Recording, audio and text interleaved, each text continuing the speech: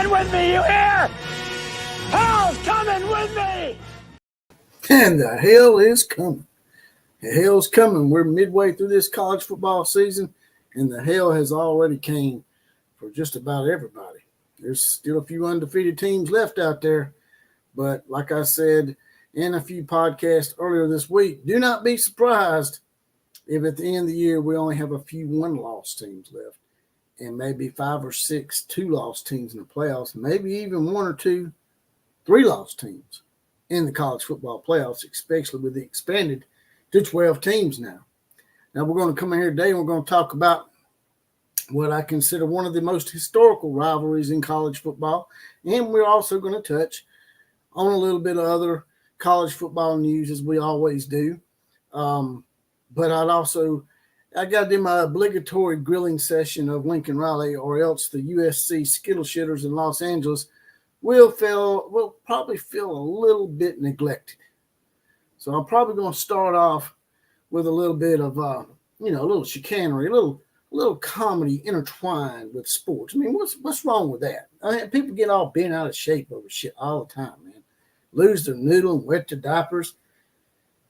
And we've been wanting this for the last 9 months we were without football.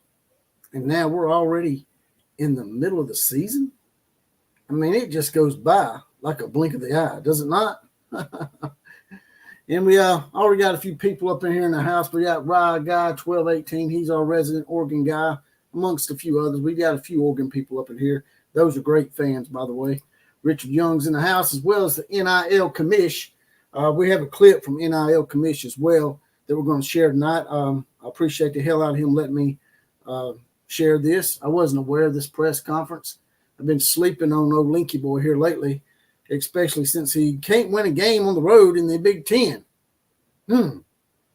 His NIL commish likes me to say things that make you go, Matter of fact, we might just start the show off by kicking Lincoln Riley and the USC Skittle shitters right in the obligatory mouth. What do y'all think about that? But I'm going to bring Killer Breeze in here later as well. As you know, Killer Breeze is a former roughneck for the Oklahoma Sooners. He went there and he went to LSU. So he's got a little bit of flavor to him. We haven't seen Killer Breeze in a while.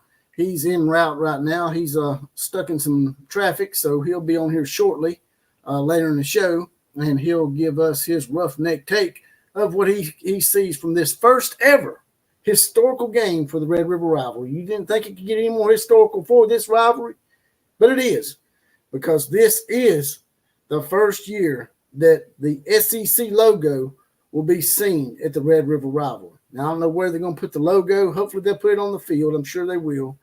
But it's going to be historical in the fact that it's already big enough game. Now it's even bigger. This is also the first time, if I'm not mistaken, y'all can correct me in the comments, that Texas has entered this game as number 1 since 1984. Now, there was some more history that hadn't taken place since 1984 either last week. And that was my team, Alabama. Got beat by Vanderbilt. Last time Vanderbilt beat Alabama was 1984. I think there was a movie about the world coming to an end called 1984 too. So that year is pretty significant and ironic in a lot of ways. So Alabama hadn't lost to Vanderbilt since 1984, which was on my birthday in 1984, September 29th, 1984, on homecoming. So, and if I'm not mistaken, I'm going to have to look it up here in a second. Maybe y'all can look it up for me. I know Texas didn't win the national title that year in 1984. So, who knocked Texas off when they made it to number 1? In 1984, when Texas made it to number 1, who knocked them off their perch? I want to say I got a sneaky suspicion that it might be somebody that's really close and dear to our podcast. I could be wrong. It might have been somebody else. But y'all tell me, who knocked off Texas in 1984 when they were number 1 against Oklahoma in the Red River Rivalry? Was it Oklahoma? Did Oklahoma knock off Texas in 1984 and knock them off their perch? Y'all tell me. Heath Stokes is in the house. He brings in a big old $10 donation to help us keep the lights on around here. I appreciate the hell out of that Heath Stokes. He says, I'm here, Outlaw. I'm glad to see you, brother. Hadn't seen Heath Stokes in a while. Him and the Stokes clan are pretty big supporters of the program. Him and his son and his mother, Alice Stokes, and Aunt Nellie. By the way, Heath, how is Aunt Nellie doing these days? I know she was having some health issues at one time, and we had to shoot some prayers y'all's way. Hopefully Aunt Nellie's doing better these days. But let's go ahead and start this show off with a little chicanery, a little comedy, maybe to get everybody riled up. I'm going to bring it up here real quick. This is brought to us by NIL Commish. Thanks to him for sharing this with us. See if I can find it on here. All right. Here we go. I think this is the one. Yeah, this is it. Here we go. Some of these stupid things that he says. Did you make him feel like that last touchdown they got in for Minnesota? No, don't ask him that. I say, yeah. Don't ask him that. Next question. On the third and Who fourth. cares what he says? By what, player's opinion? Let's ask a more professional question. Now, hold on for a second. How was that an unprofessional question? Was y'all able to hear that, by the way? Was the audio loud enough? Did y'all hear what Lincoln Riley said? The question was addressed to this dude over here, his player. Wasn't even addressed to his damn elf, his spastic-ass elf-looking face. It was addressed to the player. So you tell me, could y'all hear that? Y'all let me know in the comment section if the audio was good enough. I'm waiting. Y'all, somebody make a comment and tell me if y'all could hear that, because what Lincoln Riley said was, all the dude asked him was, did he think he was in on that last touchdown or that last touchdown count? And Lincoln Riley's like, don't answer that. Don't ask them that question. That's unprofessional. Let me ask you something, Lincoln. Who in the hell are you to be telling someone how to do their job? You going to tell that reporter who's been doing it probably for, I'd say probably, I'm just guessing, I don't know how old that reporter was, but let's just say 20 years. You going to tell a man that's probably been doing journalism and reporting for 20 years that's an unprofessional question? Who are you to tell him that, man? That'd be like me not knowing anything about Spanish, telling a Spanish teacher, "Hey, don't teach him how to say the numbers in the Spanish chart there. Don't teach him that Spanish. That's unprofessional Spanish. Don't teach him that. That's stupid, man. How you gonna tell this man what's professional and what's not professional?" Yeah, there is something wrong with it, bro. There's nothing wrong with that. Yeah, there's plenty of things wrong with that. He didn't let this boy answer the question. How's this man supposed to deal with life and answer questions as an adult if he doesn't let someone answer it for him, if he's got some kind of puppeteer behind him pulling the damn strings back? It was a stupid ass interruption. He wasn't sticking up for his players. He don't want anybody asking anything. He's just like one of them libtards, man. Like them people down in Austin. You know, that's a big old lib stink down there in the middle of Texas. Yeah, just like liberals, man. They don't want anybody asking a question. It's called freedom of speech, Bevo. It's called freedom of speech, man. And if a reporter wants to ask this guy a simple question like, do you think that touchdown counted, or did you think he was in on that touchdown? How's that an unprofessional question, man? Hey, give me a damn break, man. Let's go back and play the rest of this clip real quick. By the way, this clip, like I said, is from NIL Commish. Y'all go over and check his channel out. I did not show the first part of this clip. It is actually a nice little funny comedy skit type deal where he intertwines comedy with sports, sort of like I do in a way. So go check his channel out if you want to see the early part of that where he's sort of making fun of the Skittle shitter that we know as Lincoln Riley. Coach,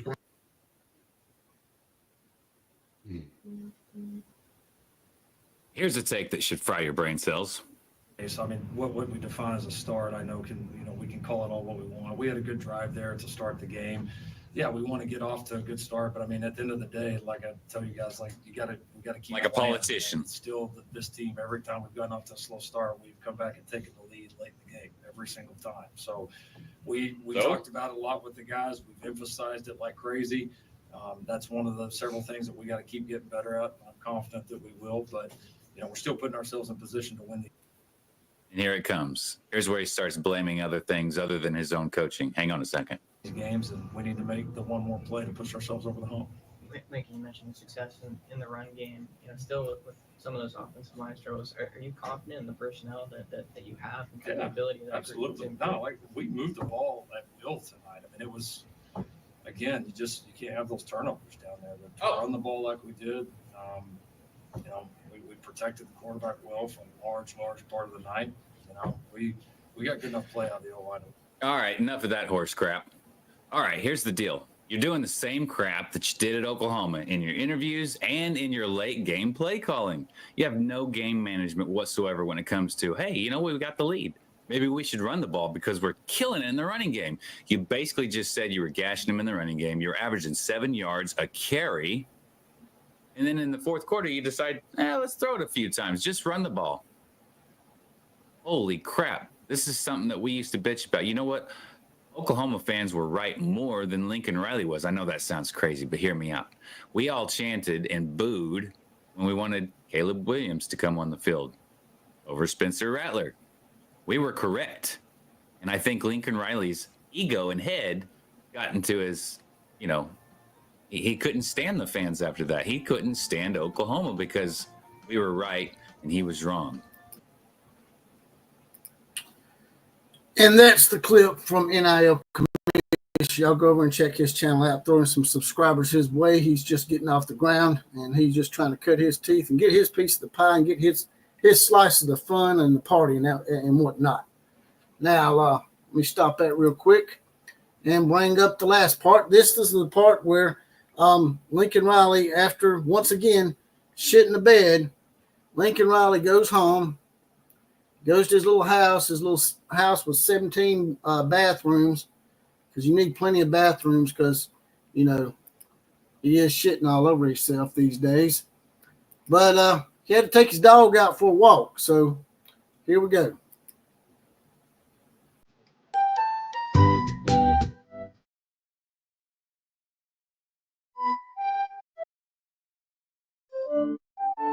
Oh, little Skitter.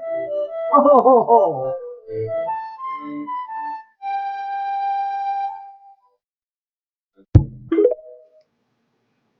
Oh, hell now. Poor little Skittle shitter. Poor little Skittle shitter. He just had to skittle that out, boy. That was Lincoln Riley walking his dog after once again shitting the bed in a Big Ten road game against competition that ain't really that great. Michigan's only great in name right now. Even 1989M, who's one of our big Michigan supporters on this channel, even he will tell you that this ain't Michigan, the Michigan of last year or even the last 5 years. This team's been decimated by NCAA probation. Most of their coaching personnel is gone, and all their players graduated, and they're just not a very good Michigan team, evidenced by the fact they did lose to Washington, who's not a very good Washington team this year. I already got 2 losses. Minnesota was 2-3. And we had USC fans come here making fun of Alabama for losing to Vanderbilt. Vanderbilt had a winning record and still has a winning record. Or at least they was 500. Now they're a winning record. They got 3-2. And now, thanks to USC, Minnesota is 500. So thank you from the Minnesota people. Thank you, Lincoln Riley, for making them 500 once again.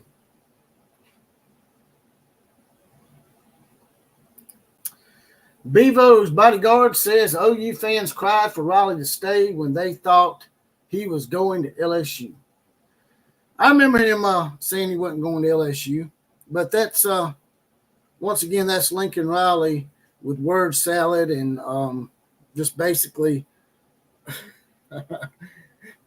what you would call gaslighting and just, semantics, twisting words kind of deal.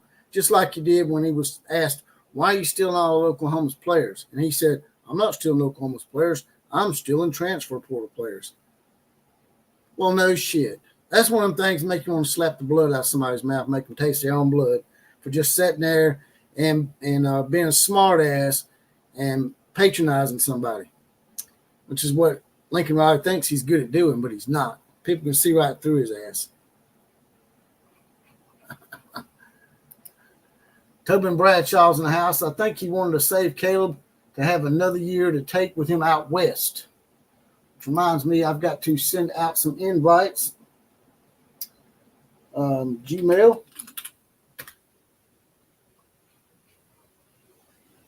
Meanwhile, did y'all ever let me know about when Texas in 1984? Who was the team that knocked Texas off in 1984 when they were number one? Fixing to invite a few people up in here.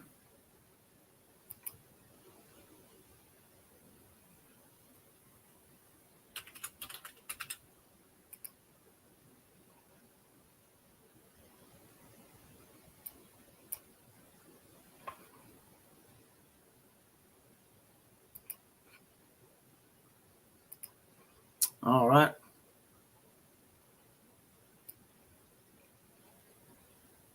Got Dale sent in the house. He has his badge. He's deputized. The reporter was there before Tebow and will be there after. They can kiss his arse. The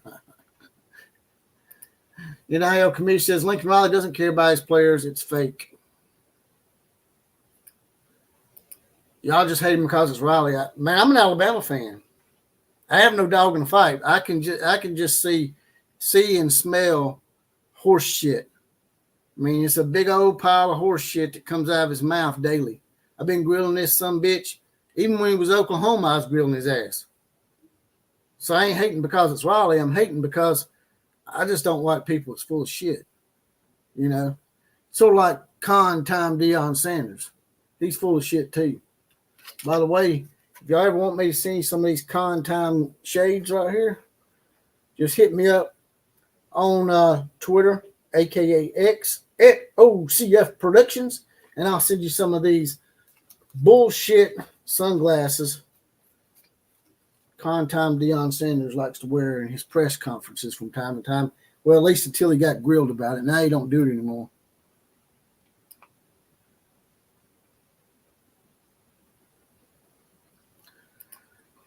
You say you want to join the video? I don't know. I have to see if I have your address saved, man. I'm not sure. I don't really remember email addresses. Hopefully it's saved in my little go bar. You know, it'll remember stuff. I think what's your address again? HeathStokes@gmail.com or something.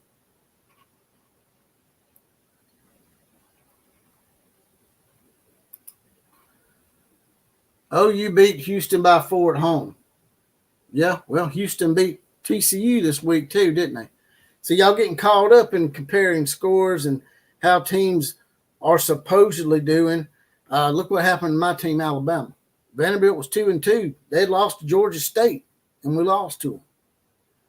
The days of being able to just roll your helmet out on these teams is gone, Bevo.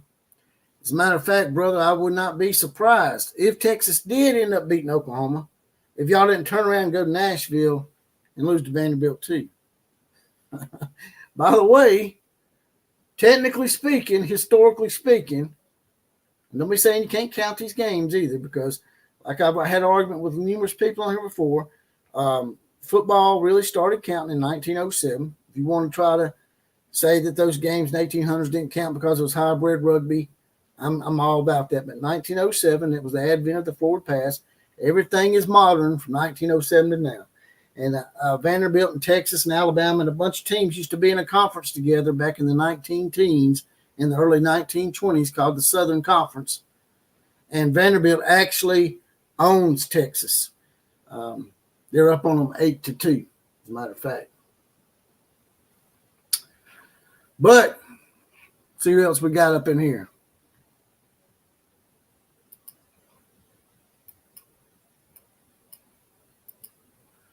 Like I says, admittedly, I am a Ducks fan, so OFC, it's OCF. OCF, I hate SC. Yeah, me too.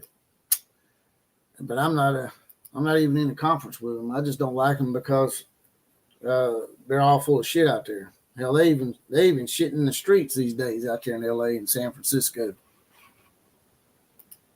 Tobin Bradshaw thinks that Quinn may get knocked out of the game Saturday. Yeah, I heard that Quinn Ewers is going to start the game. Then I heard from someone else that Arch Manning was going to start the game, and there's a lot of Texas people out there, a segment of them, that want to see Arch Manning get the job. But Arch Manning hadn't really played against any tough defenses yet. Mississippi State and La Monroe may give him a false sense of security. And if he comes up against a good defense like Oklahoma's, and he hasn't had as much experience as Quinn Ewers, Arch Manning may have his ass handed to him. He may get a little traumatization from that Oklahoma defense. So if I'm Oklahoma, maybe I want Arch Manning to start.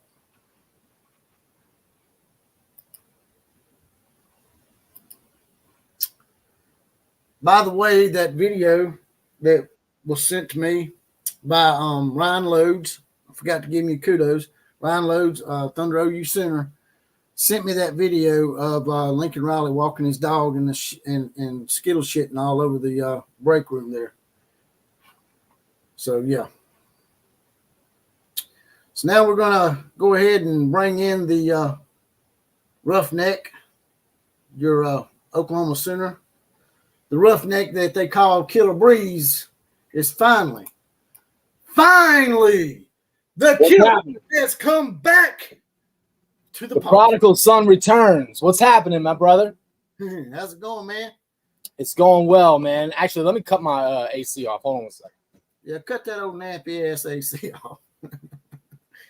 I can't cut mine off. My wife come in here and just slap me right across the mouth.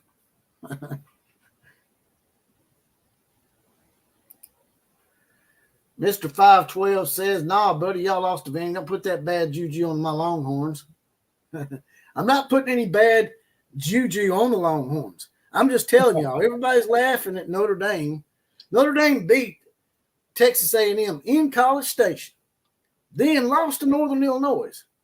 And then Alabama done basically the same shit. We beat the Georgia Hedge Pissers, and then we turned around and lost to the nerds up in Nashville.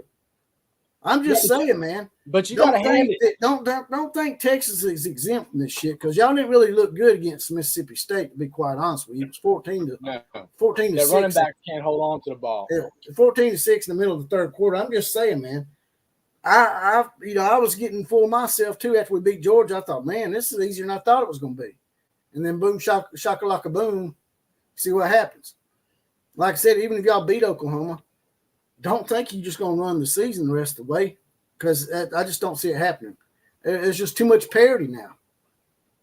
Well, the last time, I heard you mention this earlier, the last time Texas was ranked number 1 was 40 years ago this year, 1984. It's a pretty well-known game. Oklahoma was down most of the game and scored – I think they scored 13 fourth quarter points to take the lead, actually. And then Fred Akers, being the giant wuss that he was, kicked a field goal to tie the game instead of going for the win. Which, which wasn't all that unpopular back then. I mean, if I remember correctly, what was the guy at Auburn? He got a lot of hell for that die. Wasn't that Pat Dye that went for a? Yeah, he went for the tie against Syracuse, and in the bowl game instead of going for the win. Yeah, they cost them and Syracuse a national championship by doing that. Yeah, Syracuse was pretty good back then. They had some dude named McPherson at the quarterback position. Can't remember his first name, but I don't think Mr. 512 likes my hat. He said it was ugly. He's a Longhorn, man. He's just mad because I pulled his little pants down a while ago and spanked his bottom blue. Well, first of all, if anyone on either side of this game thinks that this game is a given just because you got one team ranked higher than the other, that's kind of nuts, you know. So the reality is. So before you get started, you said you got some good nuggets tonight, right? I got a few. All right. I mean, I've Well, followed this game for a Before while. you get started, though, you answered my question for me. So technically, the last time Texas was ranked number 1 in this game, Oklahoma stopped that shit. That's correct. So That's Texas didn't win that game, right?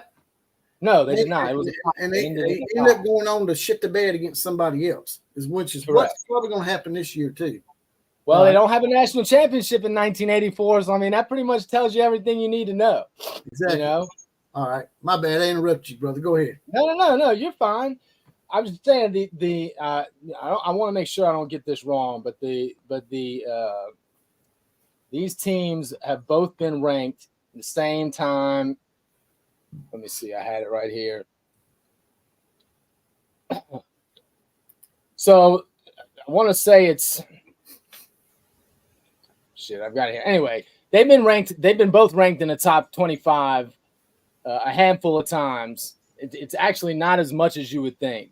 But the last time that Texas was ranked number 1, we basically ended that for them. And the last time Oklahoma was ranked number 1, which was 2008, I believe, was basically the year that Texas went on to play for the national championship because they knocked Oklahoma off.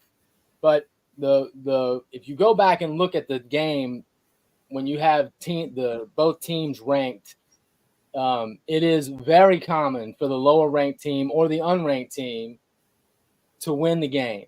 So Texas fans, the best thing that could have happened for Oklahoma was for Texas to become number 1. So last week really helped us.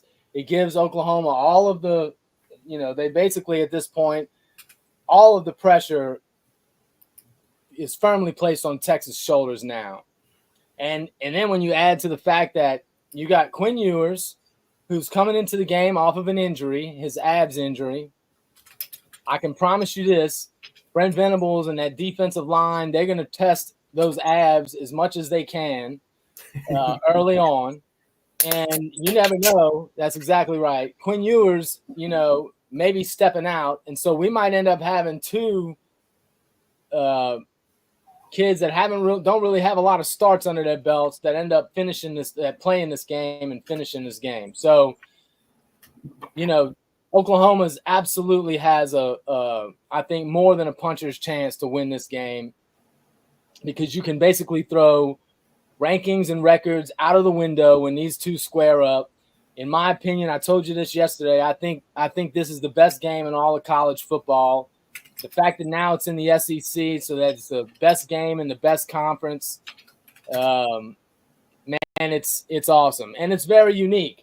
There's a lot of things about this game that make it very, very special to for lack of a better word. But the game is played in Dallas, which is basically halfway in between Norman and Austin. When you go to the stadium, I mean, they show this pretty much every year, but the stadium is basically split. I mean, literally right down the middle. You can see it.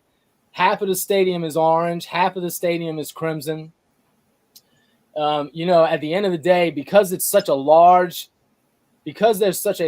number of Texas players, players from Texas high school football, the game ends up actually being one big giant all-star game for some of the for the best talent that came out of the state of Texas. So it's going to be great.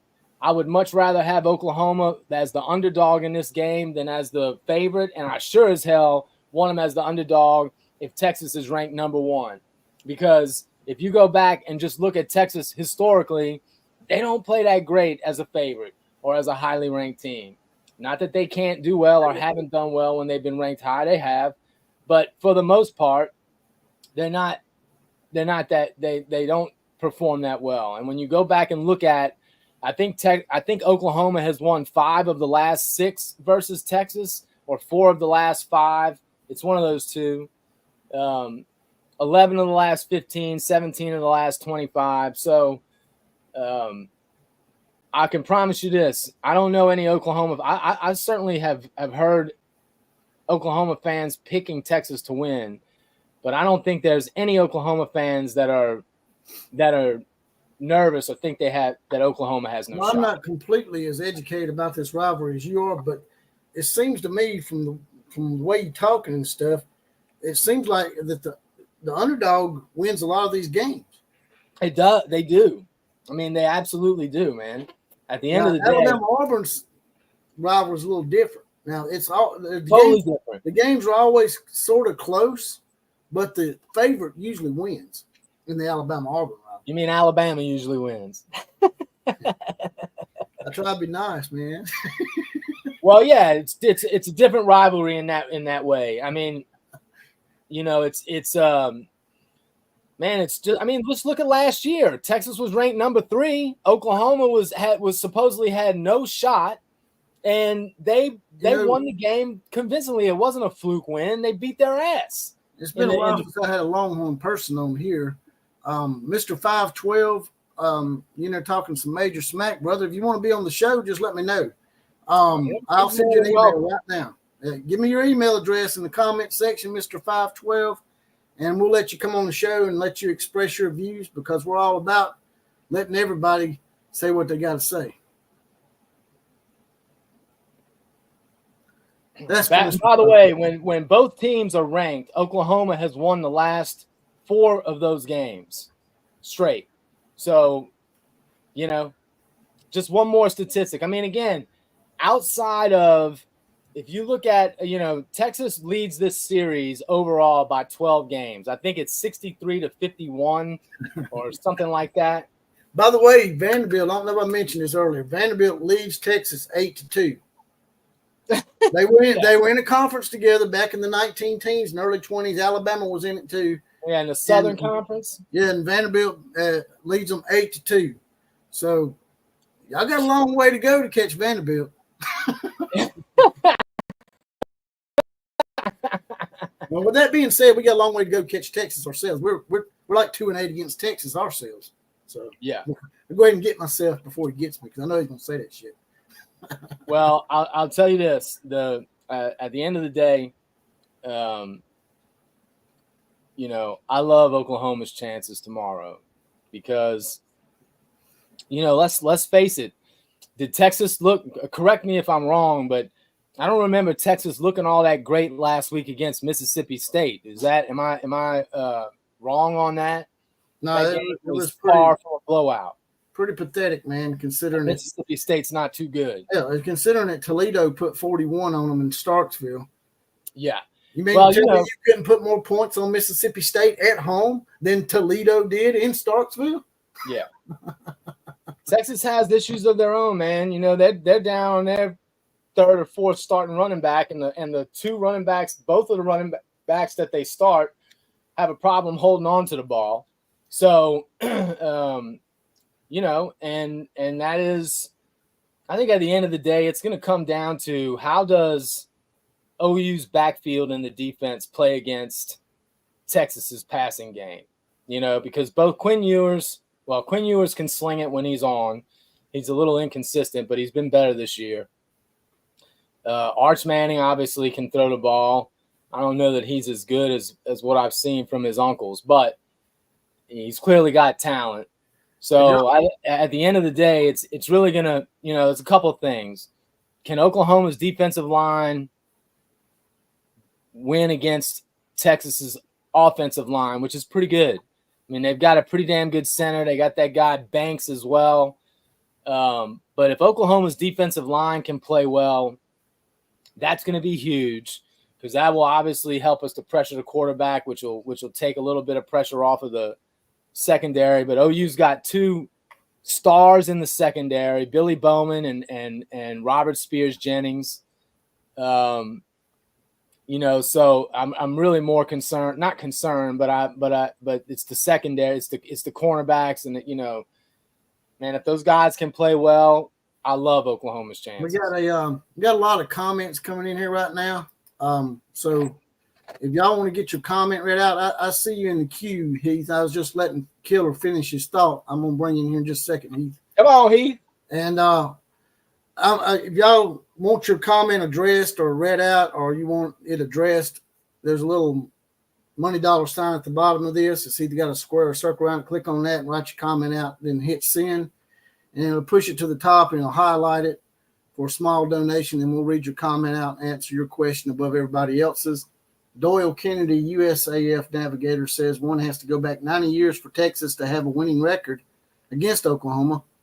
44, 43, and 3, that's 1934. The last 80 has been 37, 41, and 2, and then 60 or so down the last 10. So it's been a rivalry that's been basically dominated by Oklahoma probably since 1950. Texas had their longest winning streak against Oklahoma ever, right before Bud Wilkinson came in and started the OU dynasty. I think Texas won 8 straight in the 40s, from like 1940 to 1947 or 41 to 48, something like that.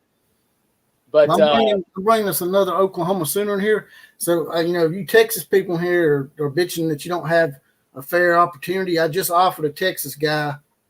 All you got to do is put your email in the comment section, and I'll let you come in here. This is an open mic night.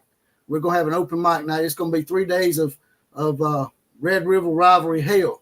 I'm going to grill the shit out of whomever. By the way, I want my shot at Tebow before this is all over with too, but we can get to that later. Yeah, I got his ass pretty good at the beginning. NIL Commish done a nice little clip on him. But we got Heath Stokes in the house now. He's one of our big supporters of the program. How's it going, Heath? We're doing good, man. Boomer Sooner. What's up, Heath? Hey, just ready to kick some Texas ass. I know that's right, man. That never gets old, right? You know, these radio stations now actually living in Oklahoma back again. I guess we shouldn't even freaking show up. Oh, well, Hey, listen. Don't even show up. Hey, I tell you what, I wish Vanderbilt hadn't showed up, man. I wish they had not showed up for that game. I felt bad for you last week, Outlaw. I couldn't even couldn't even say anything. I think it was Kill Breeze's fault, man. You know what? Killer Breeze, and he's West Virginia too. Why am I getting the blame, man? I'm getting the blame for the Alabama loss. You didn't watch the Alabama game, man. You're supposed to help pull us through. You didn't watch the game. Don't you got the West Virginia ties or something, Killer Breeze? No, LSU. LSU. Okay. Well, that's even worse. Shit. Well, he's half roughneck and half coon ass.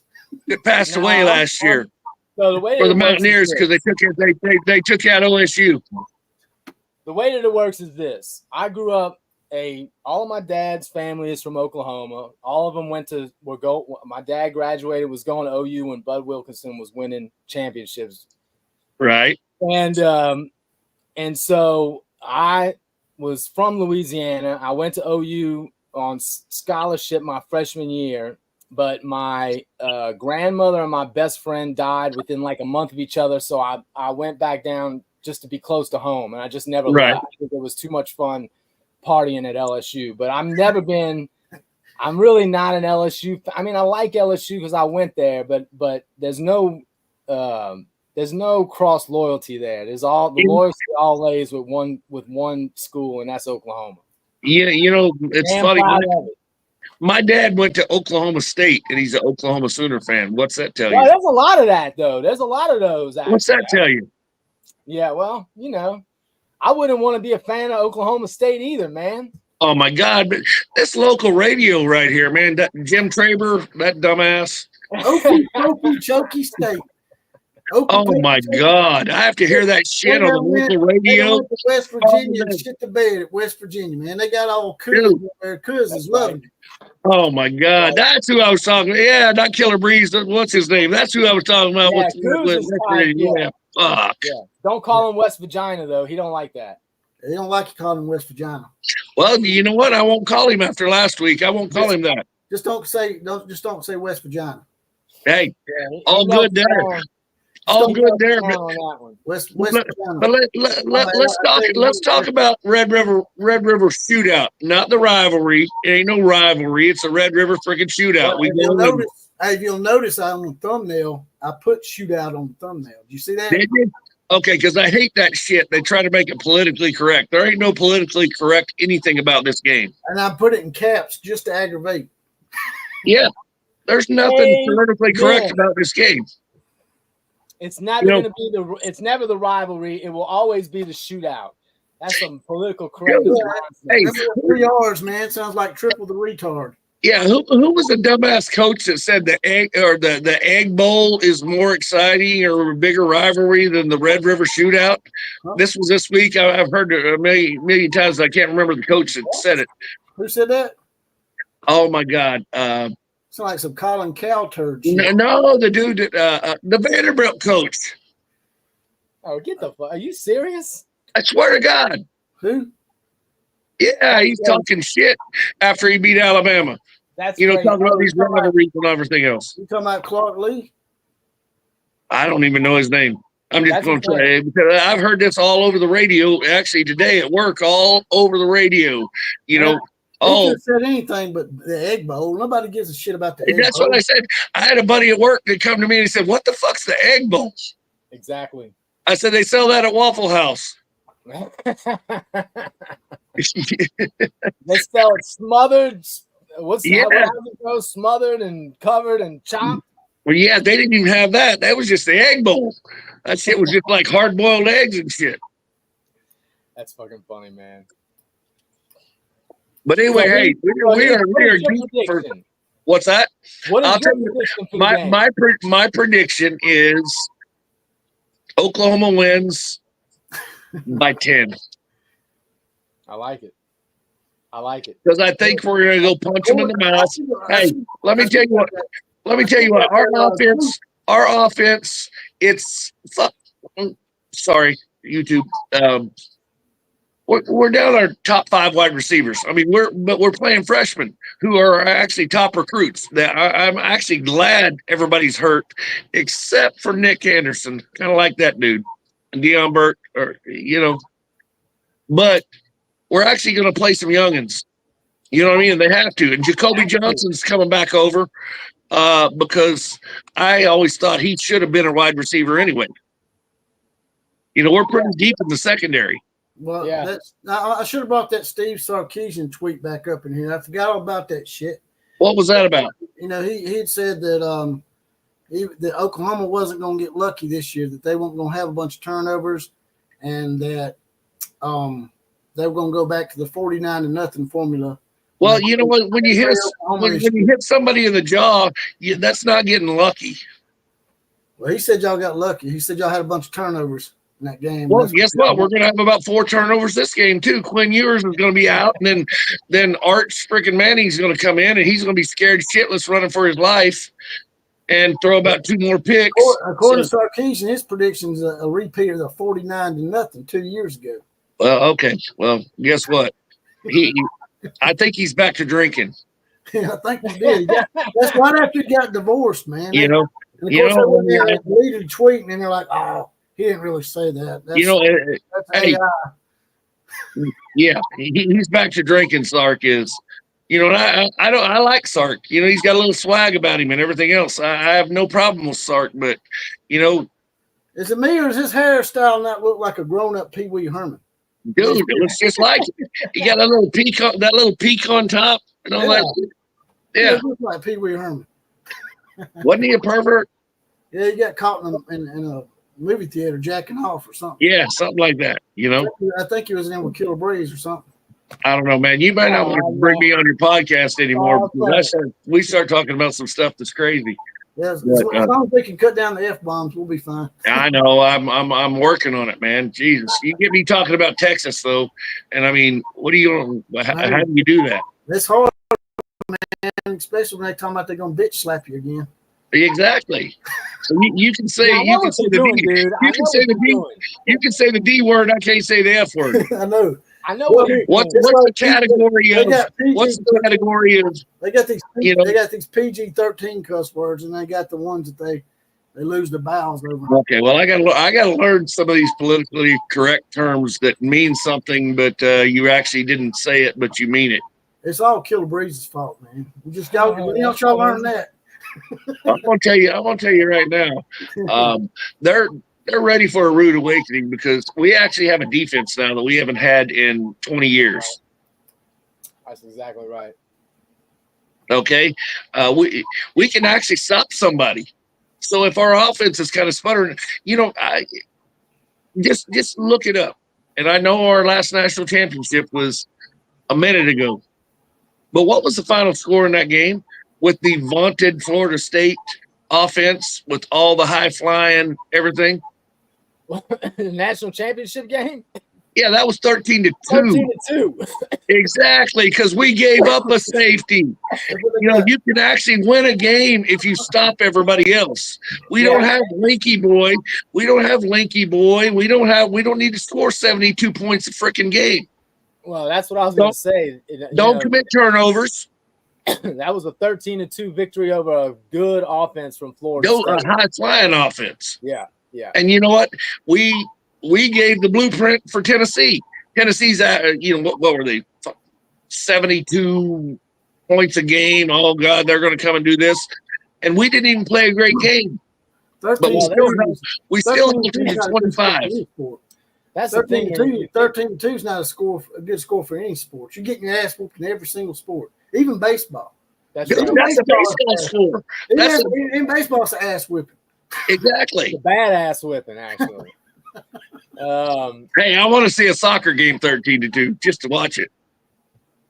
Might be some entertainment. It's a communist sport. But anyway, soccer sucks.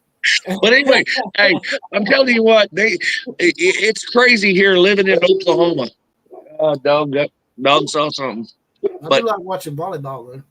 But anyway, it's amazing how the local radio here, listening to it, man, I guess we shouldn't even show up.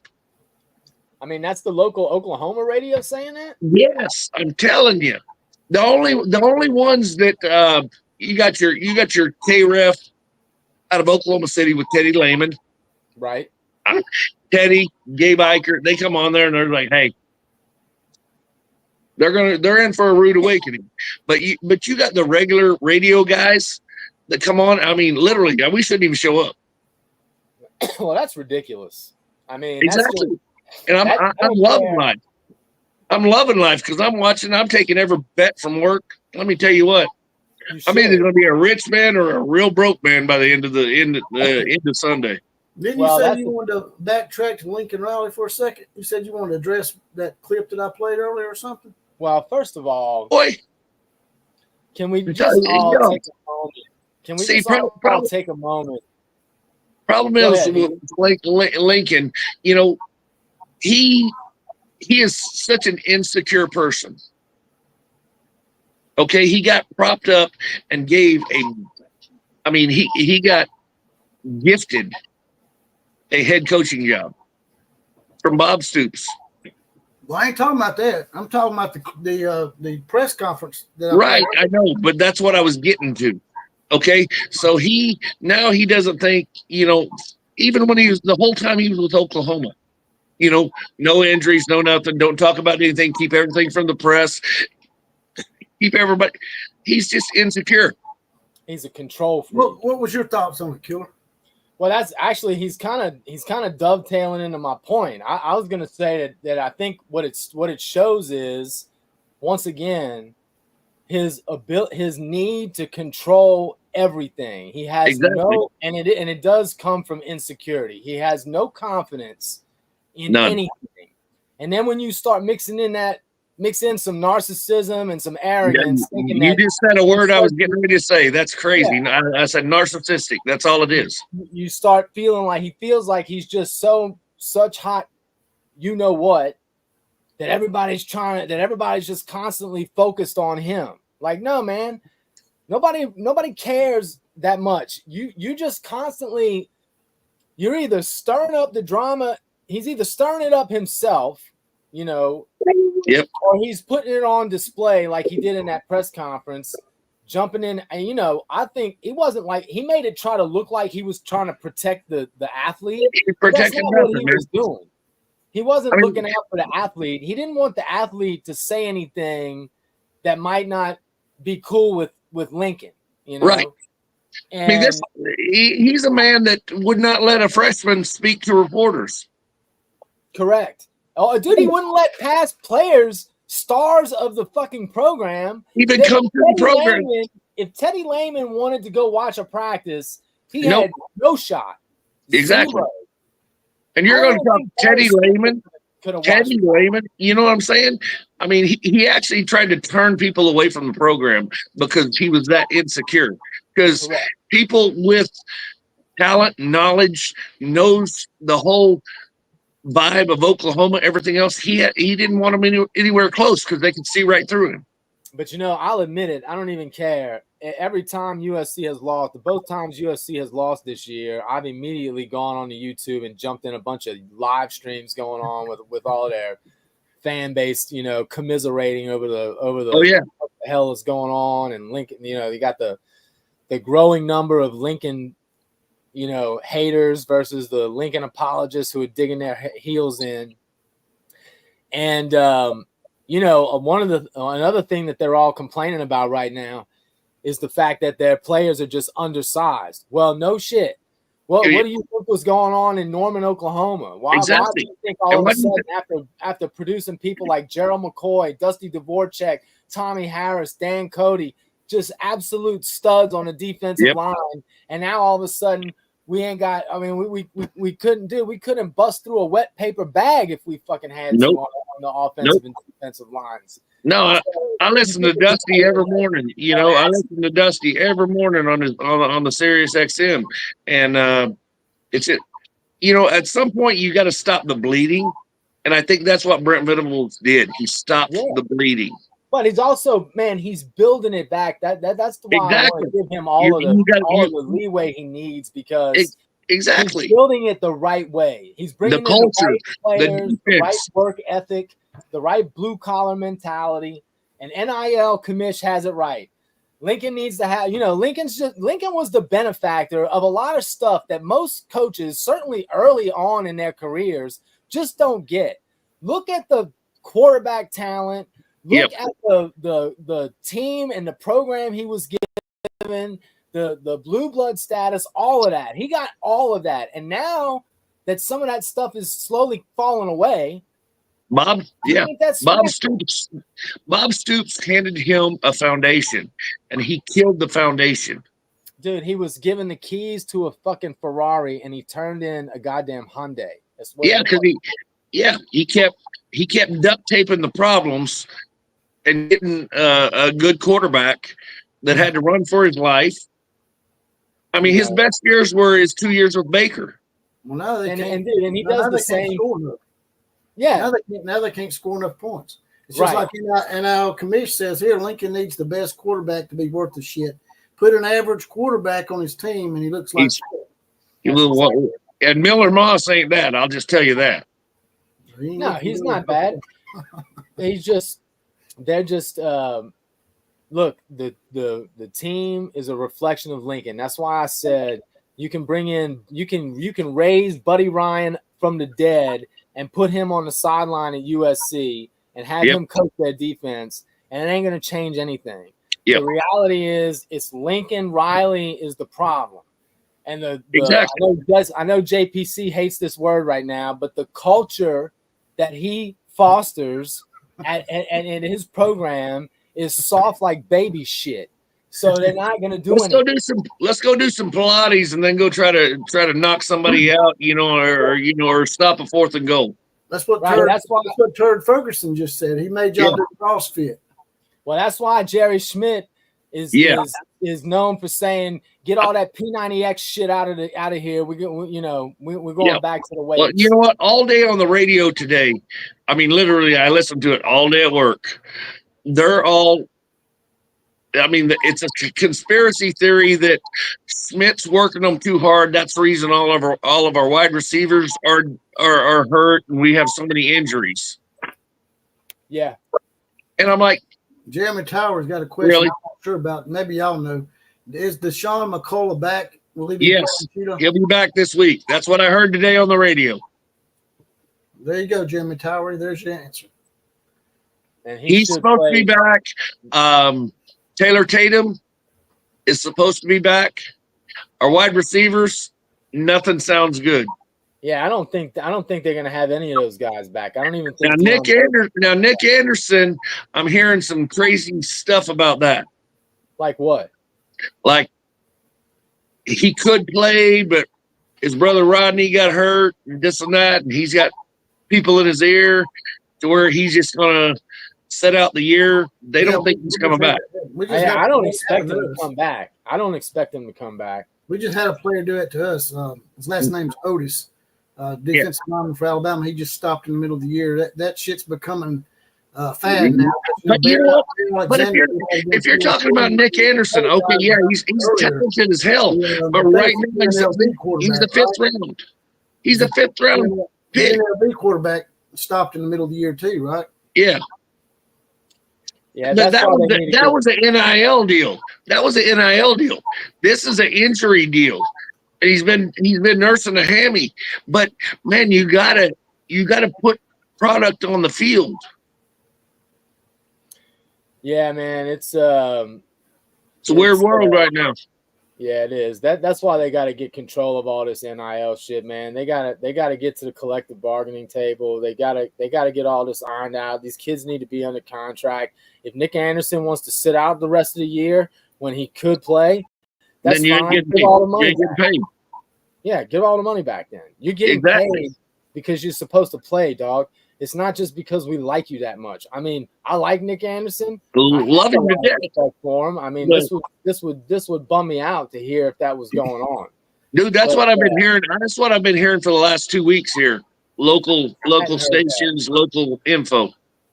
I hadn't heard that. That bums me out. Yeah, that we got his brother in his ear, and I know his brother tore up his knee, and I mean, really lost his pro career. But how was that Oklahoma's fault? I mean, he got injured. It wasn't. Man. It's they're just saying he's looking out for his little brother. Well, then that's fine. But the point is, he's making it sound like are they going to be the reason why he got injured is because Oklahoma overworked him or something. Like that's nonsense. Yeah, you got a hammy. I mean, it's a hamstring. I mean, but you got to put a little bit more. You got to put a little bit more on the table than what Nick Anderson's put. Now he was great last year at Texas, Red River Rivalry. We were talking about that. He was the hero. But man, you gotta throw a little bit more consistency over a little bit of time. How are you supposed to increase your NFL stock and show the scouts that injury's not bothering you by not playing? Well, exactly. It's a double-edged sword. His brother's giving him bad advice, in my opinion. Yeah, and I don't know if it's true. That's just what the rumors have been going around and all over local media. Well, listen, it wouldn't surprise me if Rodney is bitter because he was an incredible back. You know, when he amazing. Was healthy. I mean, he was unbelievable. So, he did stuff, man. Let's talk Oklahoma offensive line. I honestly, man, this is an area where I'm optimistic. I'm optimistic. Yeah, I don't know. Maybe I'm a homer, but I'm optimistic because they only had that last week was the first game that our actual starters even got to halfway come together. That's right. That's right. And now they've had 2 weeks of practice, or 2 weeks ago. So now they've had 2 weeks of practice of our starting offensive line. From week one, we've had to move everybody to different positions, rotate them, whatever. I think we're going to come out, run the ball, and I think we're going to run it down the throat. I hope so, man. You know, the thing that listen, I will never criticize the effort from Barnes. Javante Barnes runs like he's running for his life and straight ahead. He's putting every bit of effort he's got into it, but when he runs, I think we lost Heath. We lost Heath. When Barnes runs, he's a one-cut back for the most part. He doesn't seem to have and I feel like he had pretty decent vision his freshman year, but in his junior year, that doesn't seem to be one of the things that he got back this year after having a bad sophomore year. So, if the line can block a little better, maybe that'll just make it a little bit easier for Tatum because I feel like Tatum's got great field vision. But they have to run the ball tomorrow if they're gonna have any kind of chance, because they got to control the clock. Yeah, I agree. I just think that the fact that Oklahoma was able to get healthy these 2 weeks the off week came at a very, very good time for Oklahoma. Yeah. That and Michael Hawkins has already gotten his feet a little bit wet by going to Auburn and winning a big game down there. I mean, he might not have been the best player on the field that day, but they done what they needed to do to win that game. And if Auburn had beaten Oklahoma, I think it would have, set a bad tone for the rest of the season for Oklahoma. I think getting that win before the off season or the off week was huge for Oklahoma, because now they can get healthy, right? Absolutely. Well, they got a lot of guys back. They didn't get everyone that I was hoping they would get back. I don't expect Nick Anderson to come back at all this year. By the way, hey, before we move forward, I just saw I'm back from Brian, who was apparently I'm guessing he's a Texas fan. Did you see this comment from Brian? There we go. I love the inferiority complex of Bama fans has toward Texas, hoping OU wins, hope all you want. Texas is about to hammer OU on Saturday. Well, I mean, y'all said that last year too, didn't you? Really? Yeah, y'all claimed y'all were going to hammer Oklahoma last year, and you didn't hammer them. I don't understand why I would have an inferiority complex against y'all. I mean, have you ever in your life thought of Alabama having an inferiority complex? Who in the hell dreams that shit up? Y'all are missing the best part. Look how cute this is. We got a young Longhorn fan who hasn't gone through enough misery that his school is going to ultimately provide him. This is a young pup who doesn't know the heartbreak of being a Longhorn fan. Let him have his moment. I'm going to bust your ass if they don't hammer you on Saturday, Brian. Just keep showing up. Yeah, I was just about to say, if you're brave enough to show up, because most of you guys, just like USC fans, once the team starts losing a little bit, y'all are nowhere to be found. But for right now, roar, young Tiger, roar. I love it. I don't understand why Alabama would have an inferiority complex. I mean, if he's talking about they got an 8-2 lead on us or something, like I said with Vanderbilt, Vanderbilt's got an 8-2 lead on y'all too. So I guess that Texas has an inferiority complex when it comes to Vanderbilt too, right? Well, y'all got all those wins pre-World War I, man. I was going to say, you guys living in the 1920s. This is before Hitler was ever a dictator in Germany. So I don't see how we have an inferiority complex, considering we've won 6 national championships in the past 12 years. Yeah, not too bad. Yeah, you guys probably need some clinical help. I'll just tell you that. You Alabama fans, you're just depressed. Brian, it's all in good fun, man. It's all in good fun. Yeah, don't tap out like that other Longhorn. I actually offered to let him come in here and go live, and when I did, boom, he disappeared. Well, I think we need to make the same offer to Brian. If Brian wants to come on the show. Hey, Brian, slip your email down there. Let's make this fair. And I'm an Alabama fan, so I have no dog in the fight. I'm unbiased, man. Oklahoma's not. You got a dog in the fight. He just called Alabama with an inferior complex. You got a dog now in the fight. I wanted to come in and explain it to me. I don't understand. Brian. Come on, I need him to educate my redneckness out of me so I'll understand exactly what he's talking about. As the youngins would say, Brian, why don't you come on here all dripped out in your UT gear and tell us how Texas is all of a sudden going to become the powerhouse that they've never been. Dripped out, man. Sounds like he's losing his bowels. Oh, dude, listen, man. That's all. Well, that's dripping out. That's dripping out. That's dripping out. He ain't gonna come in here. He's scared. He ain't gonna come nowhere. Hey, look, man, it's okay to be scared. Everybody gets scared. If you're scared, here's the key to that. Just say you're scared. Just go ahead and say that shit right there in the comment section. Say Brian is scared to come in here. Brian ain't coming on. NIL commish. He ain't coming on. There's no way. No way. Brian, I'll throw you a $5 super chat if you come on the show. Shit. We might have scared everybody off by now. Maybe. Y'all probably That's all do. right. Let's see what we're looking at. It's okay. That's hey, hey, orange bastards. Outlaw. You told me you needed my thoughts today, so I showed up. That's right. Damn right. This Everybody is hit that like button and share the video real quick. Let's see if we can't fill the house up. If you happen to know any Longhorns, bring them in. Bring the Longhorns in. Please. It's all love. Come Look, on, man. bring all in. Well, no, there ain't no love in this rivalry. I'll just tell you that. There ain't no love in this. If Brian comes on here, I'll send him some of these con-time Deion Sanders shades. There you go. Deion Sanders. That's right, boy. Why? And I'll send him an OU hat for our victory tomorrow or That's Friday right. or Saturday. I'll send him an OU hat. Just get me his address.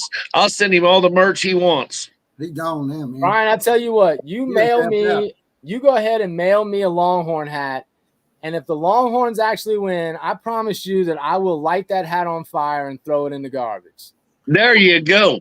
Steve Lee says Nick has a severe hamstring injury and that it ain't because his brother is in his ear. So Steve I Lee hope said, that's the case. Steve Lee said, I totally hope that's the case, but that's not what the rumor is going around. Steve Lee says you're wrong. I hope so. Listen, I hope that is the case because I hope so because I love me some Nick Anderson. Don't you float them rumors again. Dude, it's all over the radio. I ain't floating it. He said don't do it again.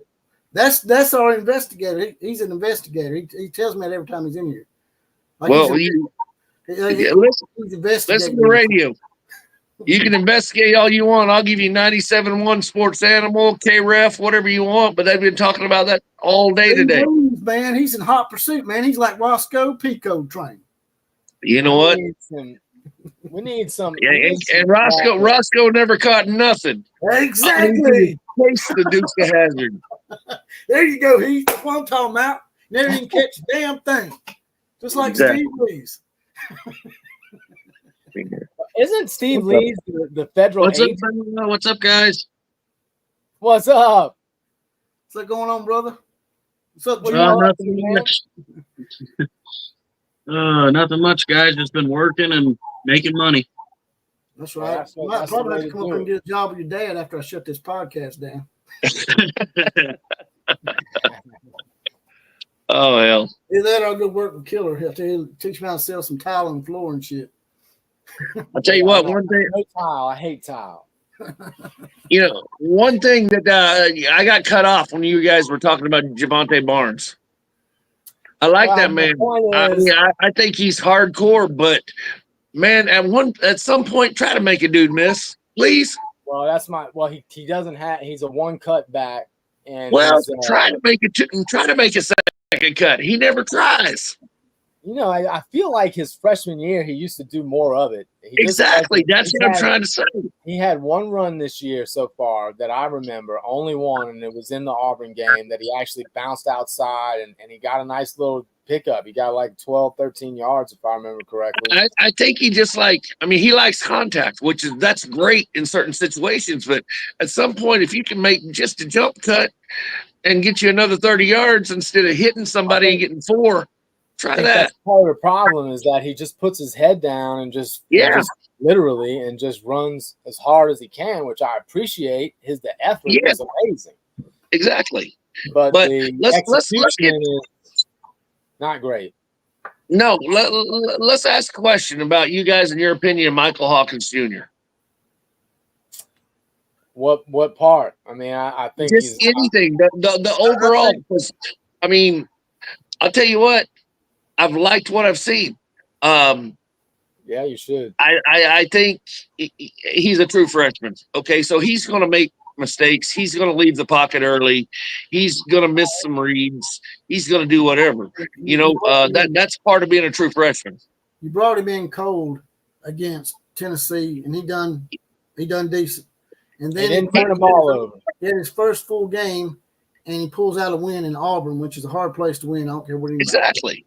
He didn't And, turn the ball over. Like I was telling Killer, Exactly. Takes care of the ball. If that had been a loss for Oklahoma, it might have changed the mentality of the team. But what No you got doubt. now is Michael Hawkins has got his feet wet a little bit, and he had a week off before Texas. So I getting think he's going to come out. more reps and more experience.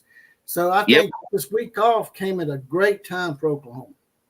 I Michael think he's going to Hawkins- come out like gangbusters. And because I mean, he's got an arm. He's got a gun. I mean, can he rip. really does. He can make every throw. He's got Whether unbelievable he's, you know, I know the game's still fast for him right now. It has not slowed down yet. But man, when it gets crazy, he just goes. But you know, he does not get the moment doesn't get too big for him, at least Nope. it hasn't yet. No. The reality is he has made those freshman mistakes because in both the second half that he played in against Tennessee and the whole game against Auburn, he did have several plays where he had some receivers that were running wide open and he just and missed them. You know, so yeah, I think if he can clean some of that up, then there's a chance he can play real well because he has the ability. But dude, at the same time, that's a tall order, man. God, No doubt. man, No doubt. tall order. I mean, I And think he's the our first true whole freshman game. to ever start this game for us. Exactly. That's crazy to hear that stat too. Yeah. That's crazy. Because I got to thinking back to Jamel Holloway, this and that, and I'm like, Well, he No. wasn't a true freshman though. I think he was a red shirt freshman. he was a red shirt, yeah. Because I got to thinking about that, and I'm like, well, he was a freshman. He was a freshman, but I think he But was I a red really, I mean, I don't want to go nostalgia or whatever, but I'm thinking back to that, and I'm like, this is kind of mirroring that year. There's a lot of things that are similar, you know. It's mirroring that year. Yeah, there's also, man, last week with Kip Lewis's pick six or Kip six, like they're calling it, that had a lot of, that was very reminiscent of Torrance Marshall against A&M in 2000. Exactly, dude. There are so many little things. Similar, the way he was falling back and the way Torrance was kind of falling back, it looked very similar. Got tripped, but was athletic enough to do it, and it just happened at the right time. Yeah, and then he just had the speed. You know, and don't worry about our top 5 wide receivers out. We're pretty. I mean, going into the season, that was our deepest room. Man, if Hester can if that can be the confidence he needed to play big like that. Yes. And then if Jacoby can have Jacoby is a guy we're bringing over from the defense because he was recruited as an athlete. He's actually a native Oklahoman kid. Lost Heath again. Yeah, we lost Heath. But Jacoby's going to play some wide receiver now that we're so thin, and he's over 6 foot. I think he's 6'2", 6'1", 6'2". So between Hester, and I think Hester's like 6'3".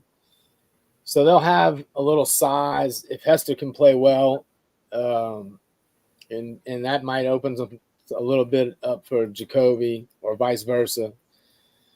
You know, man, it's not like they got a bunch of scrubs on their team. So, you know, they've got talented kids. They just don't have a bunch of reps. These kids just don't have a lot of game experience. I mean, there's just nothing you can do about that.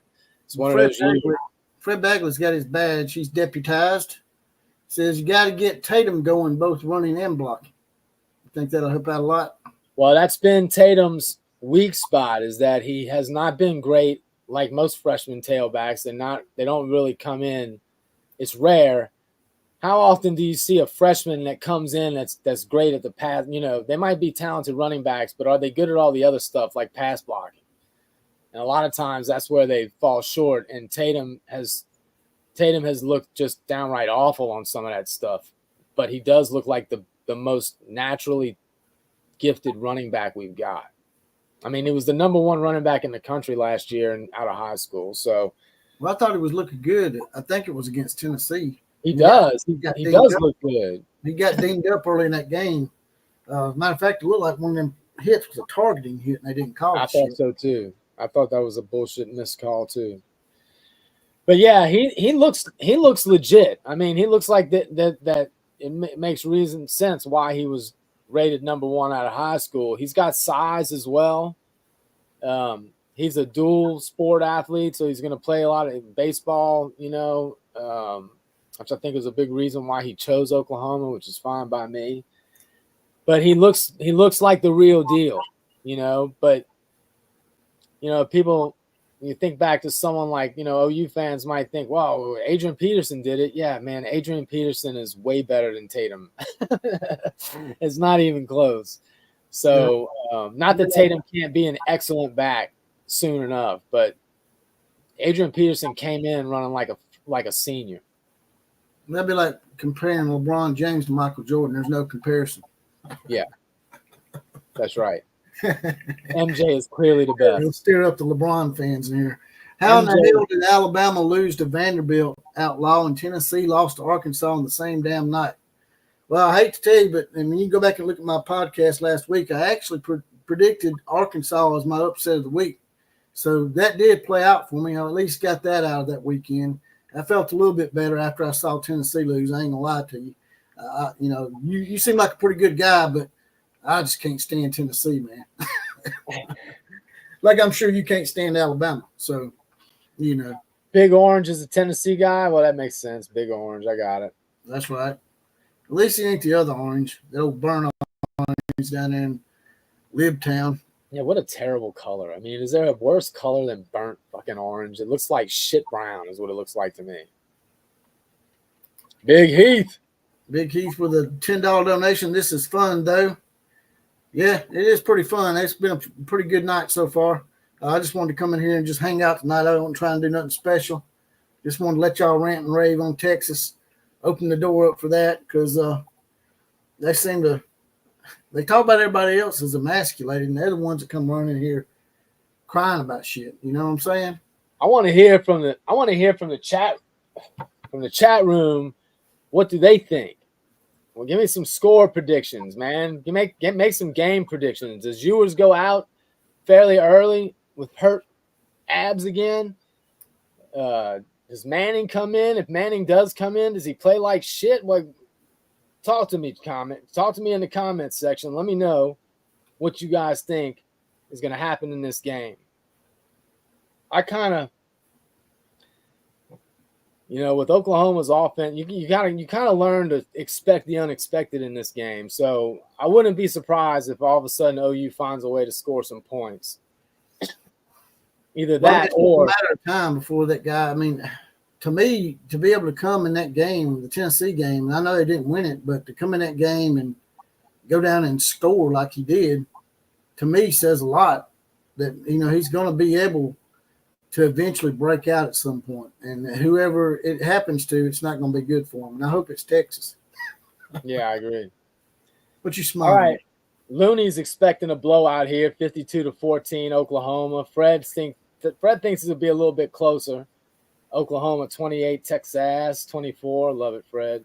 Big Orange is giving some love to Sooner Nation. That's nice. I think we respect each other here in Oklahoma and Tennessee with Oklahoma. Actually, he's got Texas. Never mind. Big Orange, you disappoint me. But I guess that orange sticks together whether it's baby shit brown or not. That's right. I'm gonna go with Steve Sarkisian. I think it's gonna be 49-0.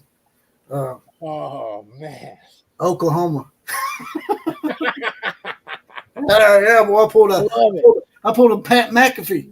Yeah, you did. Oh, and Sooner JH Travels, which is John, OU 33, Texas 20. 6 Ewers eats more turf. Oh, I like it. 6 sacks. I got you. Ewers eats more turf. Yeah, man. I think. See, that's the thing that I'm kind of curious to see is can Oklahoma's defensive line. I mean, this is usually the game where both of these fan bases really find out what kind of teams do they have. And if Ewers gets hit 3 or 4 times, he ain't gonna make it to 6 sacks. Yeah, well, that's what I think too. Them 6 sacks, 2 of those are gonna be on Arch Manning.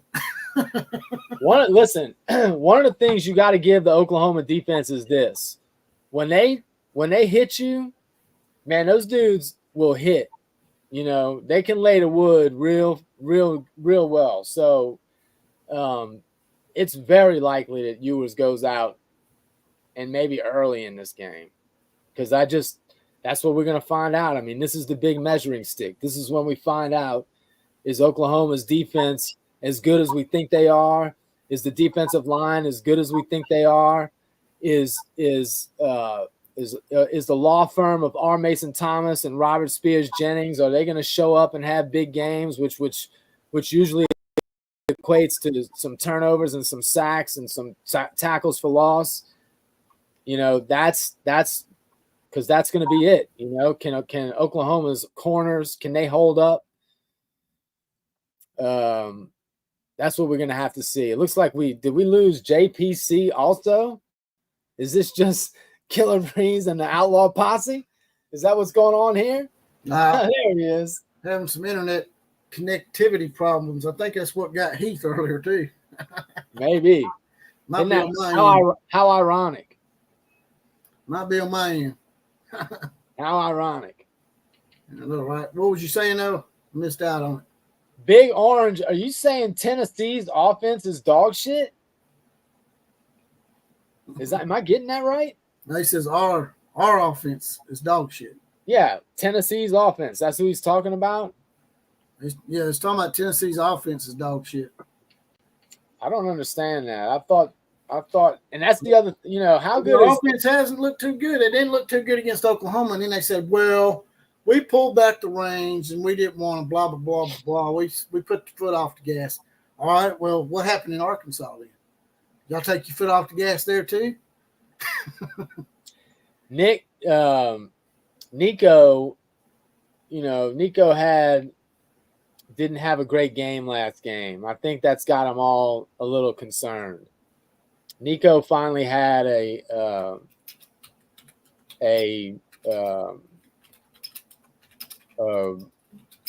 freshman game. But, I mean, listen, that's what you got to kind of expect, right? That's my point. Like, it doesn't matter how good doesn't matter how good those freshman players are, man. They're still freshmen. And those are big environments. It doesn't matter that Arkansas is not a great team this year. They're still they're still an SEC team, a good brand in the SEC, so they get talent too. There's not a bunch of scrubs on Arkansas's team either, man. So this was bound to happen. They should have beat Oklahoma State. They had that game won. Oh yeah, they should have. 100%. 100%. And maybe this was the game that kind of gets Arkansas a little momentum and they start playing a little better. Is Pittman still the coach there? I don't even know. Is he still coaching there? Yeah, he is. He brought in Petrino as his offensive coordinator. Petrino used to be the head coach there. Oh, I know. I remember. I remember the motorcycle incident. Yeah, but he had him in the top 5. Remember, it was Alabama, LSU, and Arkansas were 1, 2, and 3 at one time. Yeah. In the AP poll or the UPI coaches poll, whatever they call it now. Yeah. You can show how old I am. I still remember it being called the UPI poll. UPI poll. I remember that.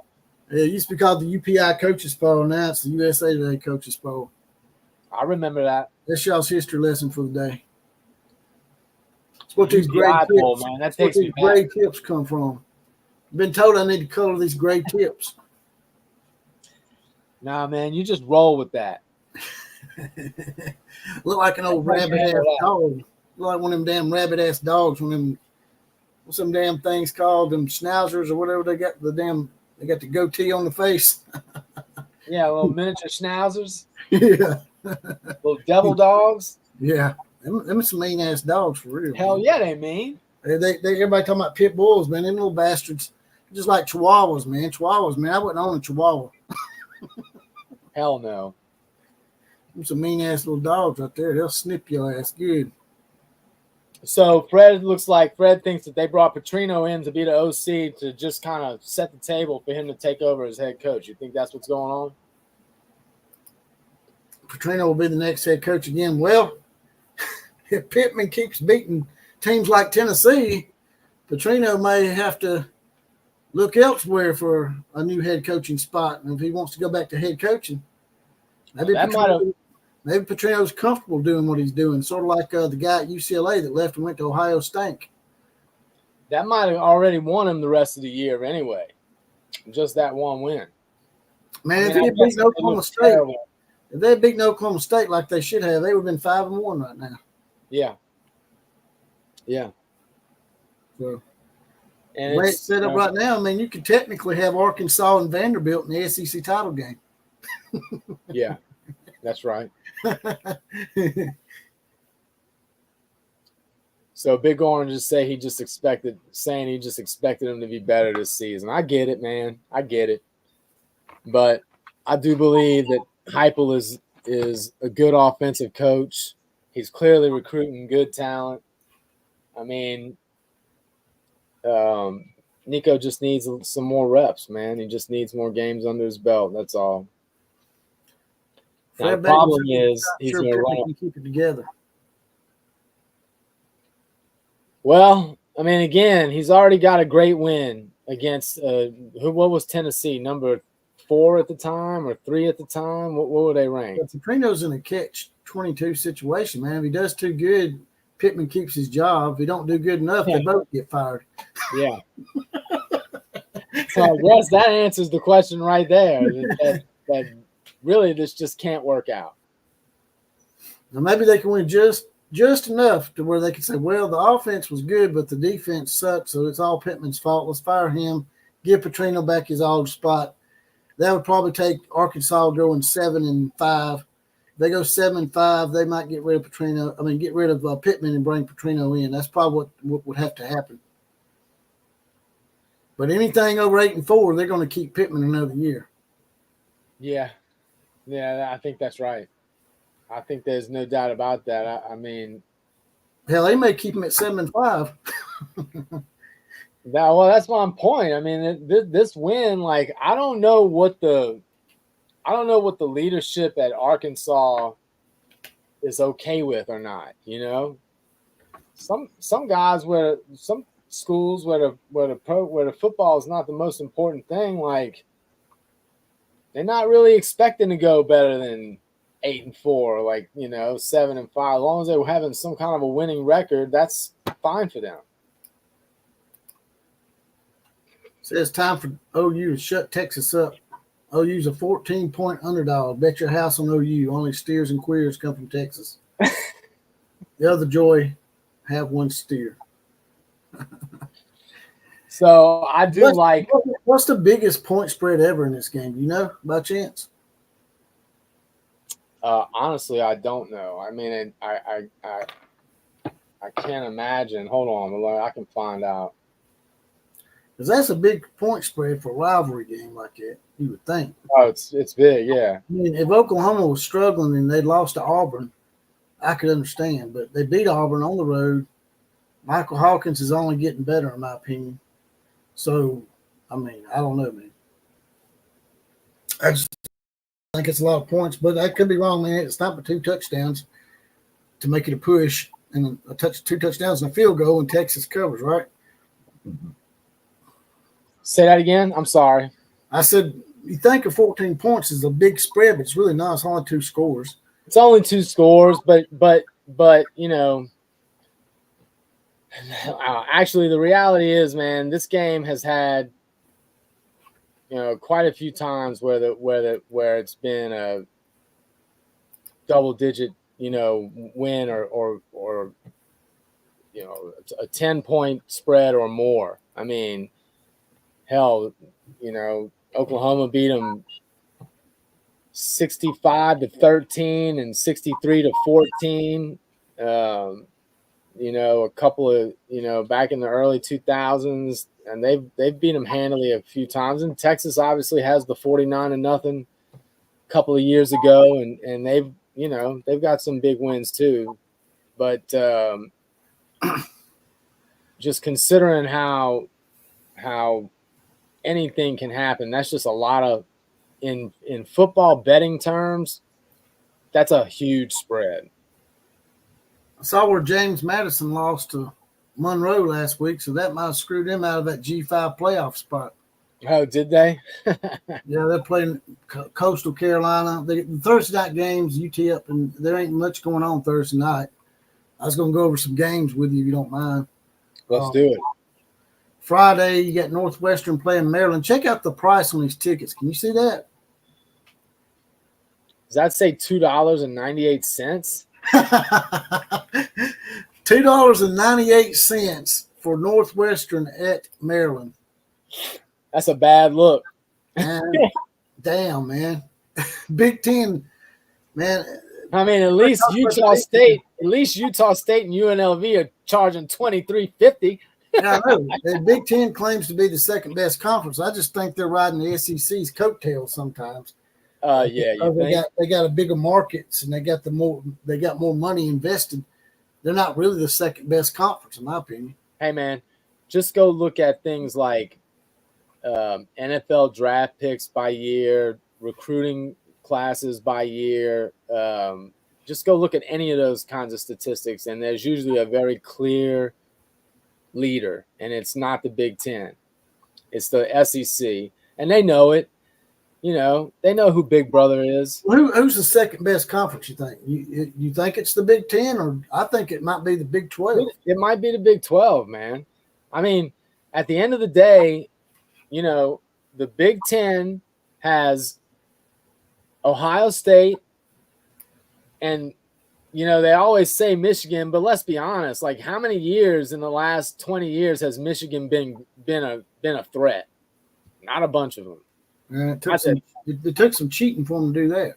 Not that I can remember. Yeah, that's what it sure does seem like. So you got Ohio State that's a consistent, but, you know, man, there's a lot of trash in the Big Ten. Indiana, Rutgers, you know, those teams are maybe starting to get better right now, but historically they're trash. Right. Northwestern, trash.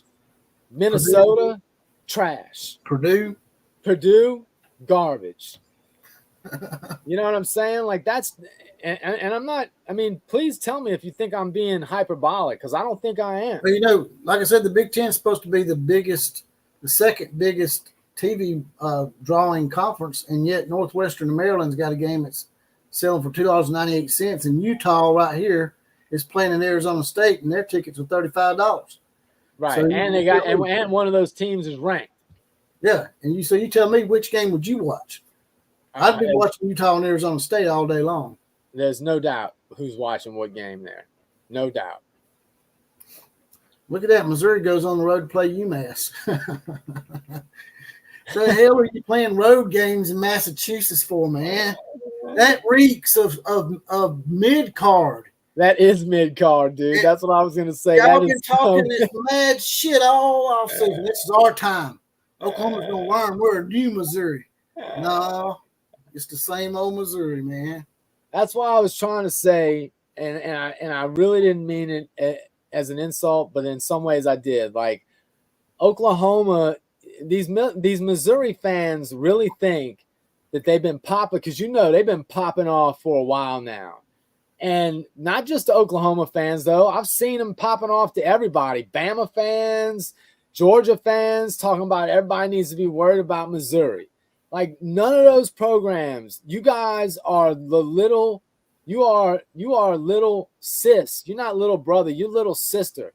You got no chance, none, you know what it is? Being a better program than Oklahoma ever.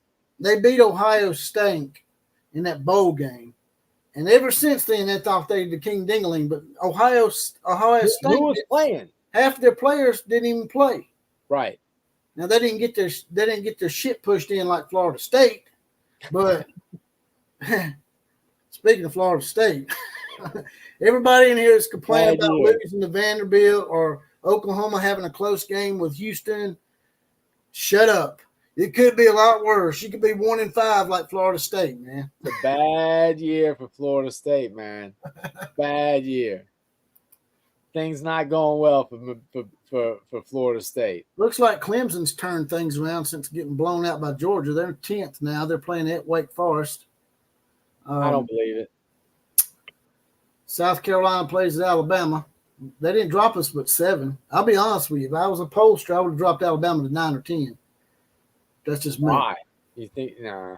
I mean, you lost to Vanderbilt, so Yeah, but they just waxed Georgia's ass the week yeah. before. Well, so. you're right. That's probably why they didn't drop them any further, because they did beat Georgia the week before that. So South Carolina didn't look too good against Ole Miss. By the way, I don't mean to interrupt you here, but I don't know if I have formally thanked the Alabama Crimson Tide, because for that win, you did Oklahoma fans a huge favor, because ESPN was trying to manufacture some bullshit regular season consecutive victory thing, and they were about to get it. They would have gotten it this year.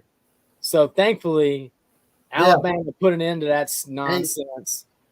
And you know what they would have done? They would have took that streak and made it the streak. Oh, I know. That's my point. Conveniently forgot that Oklahoma didn't lose a single game, not in the big games or in regular season. Right. Regular season streaks don't matter, man.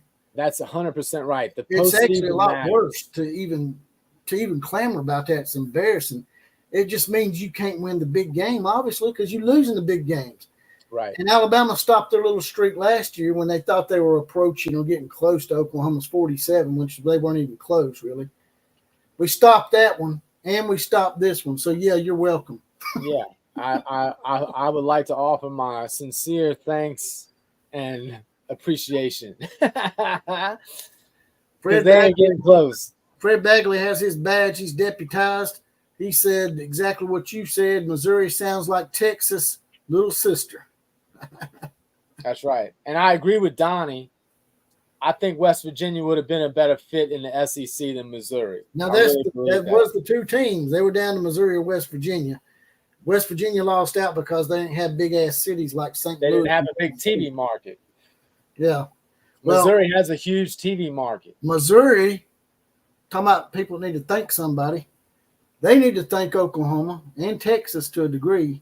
Because when we was expanding, we wanted either one of 3. We wanted Texas, Oklahoma, and Texas A&M. Yeah. Texas and Oklahoma wouldn't come, so we had Texas A&M still on the platter, and we're like, we'll take Texas A&M. And then Missouri was just the ugly chick at the bar that you couldn't get a hot chick, so you're like, well, I might as well just take the ugly chick and go home. That's what Missouri was. So you better thank Oklahoma. Right. Get on your damn knees and worship the Sooners for not taking your spot, because if Oklahoma and Texas had came back then, Missouri wouldn't be getting in the SEC. That's 100% correct. Spoken like true gospel by the outlaw. They don't have a chance of getting in if Oklahoma and Texas don't come in 2010 or whatever year it was. Texas A&M might have got in the second round because they got a pretty big alumni base. But we would probably went after somebody else, like maybe West Virginia. I doubt it. Maybe even Houston or somebody like that, man. Somebody would if you get Texas first, what is the point of getting Texas A&M? What does that do for you? I don't know, man. You probably it doesn't do anything. First of all, Texas A&M is a cult. Everybody knows it. I'm saying it right here and now. I got good friends that went to Texas A&M. They're all weirdos. I love y'all, but y'all are weird as shit, man. And it's not going to benefit you really at that point. Your better bet is to expand geographically a little bit, again, to a West Virginia, to a North Carolina. Yeah. That's, in my opinion, that's what you do. Yeah, maybe like Virginia Tech, maybe Virginia. Virginia Tech. I think Virginia Tech would be good in the SEC because you got to understand those teams like West Virginia and Virginia Tech. Let's be honest, they don't have typically the same kind of roster top to bottom like Oklahoma, Alabama, Texas. Schools like that. So them coming to the SEC is only going to bolster their recruiting. They're going to get better players by being in the SEC. That's one of the things that I found that was so moronic about Colin Cowherd saying that Oklahoma all of a sudden wasn't going to be able to recruit. Like, first of all, just getting into the SEC is going to improve their recruiting, dumbass. It's pretty simple. But they've been recruiting from the state of Texas primarily forever. And why would that change all of a sudden? But you get a team like, Virginia Tech and West Virginia, who have both had opportunities to play for national championships, even though they didn't win one. I don't know. Does Virginia Tech have one from long ago or something that I'm not aware of? Nope. Yeah. But they both played for national championships, just didn't come out on top. So why wouldn't they be good additions to the West Virginia actually has the 15th highest winning percentage all time in college football. They got the highest winning percentage of any team without a national title. There you go. So, NIL Commish brought up a good streak for Georgia. Georgia has a new streak, 27 arrests this year. Kel Gundy said that on the radio today. Not sure if it's true. It's probably true. I mean, today or yesterday, a guy got arrested for an assault on an unborn fetus. An unborn Georgia player? Georgia player attacked a pregnant woman. Oh, that's nice. That's awesome. Good job. Kirby has a bunch of future wife beaters on his team. Nice job, Kirby. We got any dog fans in the house that want to stomp their feet about? Yeah, them hedge pissers, they disappeared after that Alabama loss. Now, some of them did come in on my channel and was making fun of me for losing to Vanderbilt, and then I quickly corrected them and said, hey, you do realize that you lost to the team that lost to Vanderbilt, right? Hey, do you remember that Saturday Night Live skit from a long time ago, the Sprockets with Mike Myers, those German weirdos that would dance funny? Is it just me, or does Carson Beck look like one of the Sprockets? He looks like something. Am I wrong about that? I just feel like at any moment I'm going to see Carson Beck. Now is when we dance and start doing the Sprockets dance. Yeah, I thought he looked like Lurch off of the damn Addams Family. He looks like a German born citizen. I don't know. I just feel like he looks like he's got looks like he got lipstick on too. Yeah, that's what I was about. He's got some kind of European metrosexual thing going on. I guess. Hedge pissers want none of it. Yeah, and I caught some blowback from that. People's like, man, you shouldn't be making fun of him. He's just a kid. I get so tired of hearing that shit about him being kids, man. He's a millionaire. What are you talking about? I don't feel sorry for anyone. If you can vote for the president of the United States and serve in a war and kill people, you're not a kid, man. No. And if you got millions of dollars already in the bank, I don't feel bad for you at all. Yeah, life ain't that hard. He's making all this money. He's not allowed to have adult criticism. Damn right. Damn right. That's part of the problem in this world right now, is that we don't do enough of that. Yeah, you got to call that shit like it is, and we do all this tiptoeing around. Everybody's assuming what everyone thinks, because nobody will just say it straight up. I'm not trying to get off on a rant here, but what I'm just saying is toughen up, man. You know, they're okay with the insults as long as it's not about them. If they want to insult you, if you're like a conservative white male, and this is going to piss people off, I can tell you already. But if you're a conservative white male and you criticize somebody, you're automatically a racist or a bigot, man. You get labeled with shit so they can shout you down so you won't talk. That's what they do. Yeah. Well, it's nonsense, and that's all there is to it. It's just nonsense. And I think everybody in this chat room, for the most part, probably agrees with that. Donnie and look, at the end of the day, let me be real clear here. Let me be real clear. At the same time, this is America, freedom, where freedom rings. You know what I'm saying? So I respect your right to live however the hell you want, whether I agree with it or not. You know, we can disagree. There's no problem in disagreeing.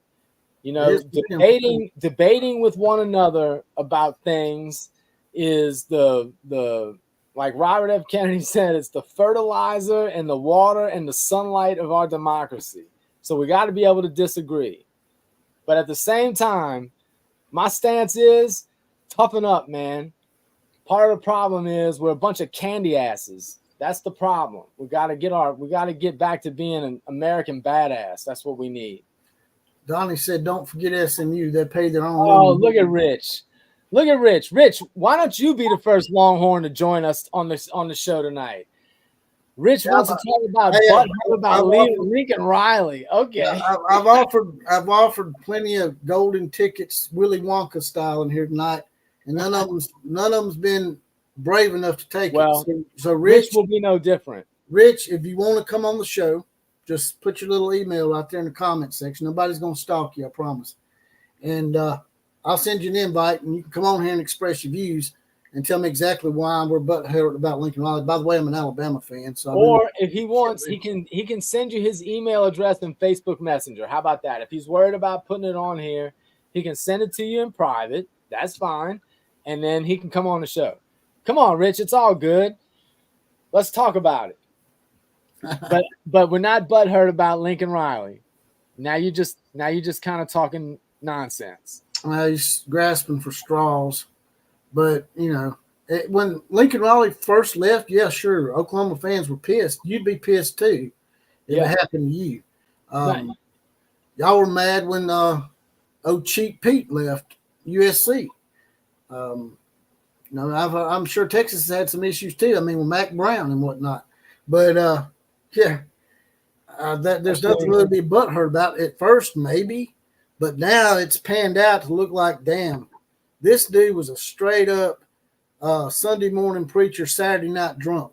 That's all Lincoln Riley is, man. He's a big ass hypocrite. And the fairy dust is off of it now. There's no more, you can't fool what your eyes are telling you.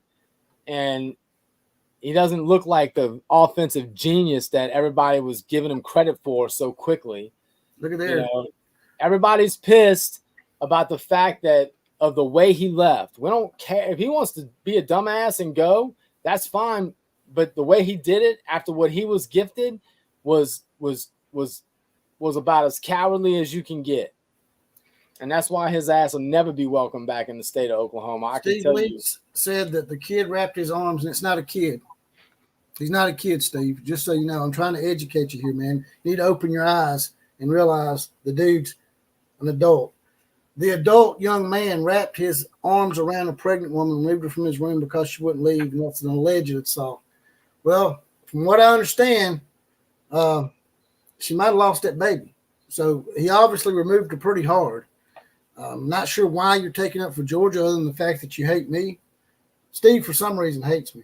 So he's going to try to go against the grain no matter what. Even if it's a pregnant woman getting beat on, Steve's going to go against the grain. I totally agree. Too bad he's an Oklahoma fan. I know, and that sucks for y'all. Sorry, Steve. Steve. Love Steve. That's my whole point. We got love for everybody, man. That's the point. Rich says Michigan has about 5 draft picks on defense. Well, they're not playing like it. Well, yeah. They need to start winning some more games, right? If I remember correctly, Texas always has a bunch of NFL level talent too, and y'all really don't do much either. So it's not a lot different. The college kids got paid like professional athletes. They're not kids. Exactly. That's what I'm saying, man. Don't be feeling sorry for these kids. If you're making adult money and you're going by adult rules, you need to be treated like an adult. That's what I'm saying. Thunder knows what I'm talking about. What's up, Thunder? Seems like I always see Thunder. I go in these random live streams all the time. It seems like every time I'm in one, I see Thunder in it. Yeah, Thunder, he's got like perfect attendance. I think he's been in here 97% of the time. He might have missed one live stream. He's the one that sent me that dog shitting Skittles. Oh, yeah? Did you see that earlier? I did. That was good. There's old Lincoln Riley walking his dog after the Minnesota game. That's fucking funny, man. No man should ever put a hands on a female, period. I agree with that to a degree. Now, I do, and a little controversial thought here, if a woman shouldn't be putting her hands on a man either. That's we got equal opportunity these days. You don't touch them and they don't touch you.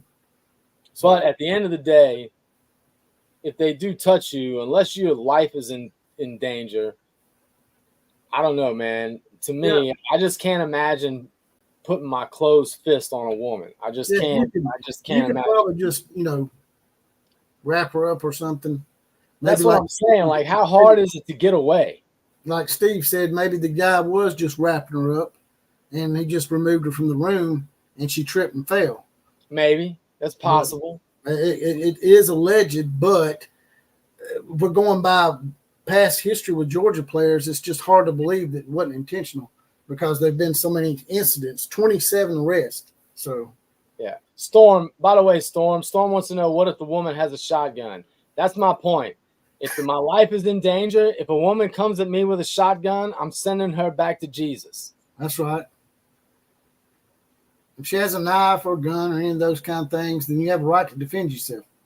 If she has a knife and comes at me with a knife, I'm going to punch her so hard and break her nose, she ain't going to see anything. So, but that's my point. Like, there's just you should be able to get away from that without your life being in danger. It's a female, man, unless it's the chick that from the UFC, what was her name? The one that dominated for so long, looked like the Predator. Unless it's something like that, you don't have anything to worry about. What, man? What are you laughing at? Just because that woman looked like the Predator, you shouldn't laugh at her about that. That's not funny. She shouldn't look like a predator, right? Well, yeah, that's not her fault. She looked like the Predator. Derrick Henry looks like a predator. Say it, man. That's rude. Derrick Henry looked like the Predator. You ever see him? No, but you know what? Have you ever seen a picture of Ezekiel Elliott and one of them fucking Ewoks from Star Wars? Dude, there's a bunch of memes online about it. Somebody sent me one when the Saints played the Cowboys this year.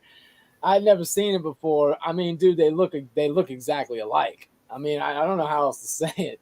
And I'm not trying to be anything other than just factual. If you put this picture side by side, they look the same. That's right. Steve Lee says, F you, outcast. I merely stated what was reputed. Respect your ellerer. What is an ellerer?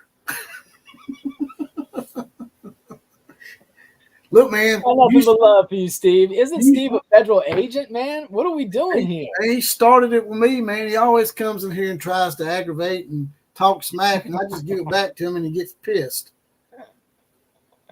I don't want to get arrested, man. Not again. He ain't gonna arrest nobody, man. He's like mall cop, man.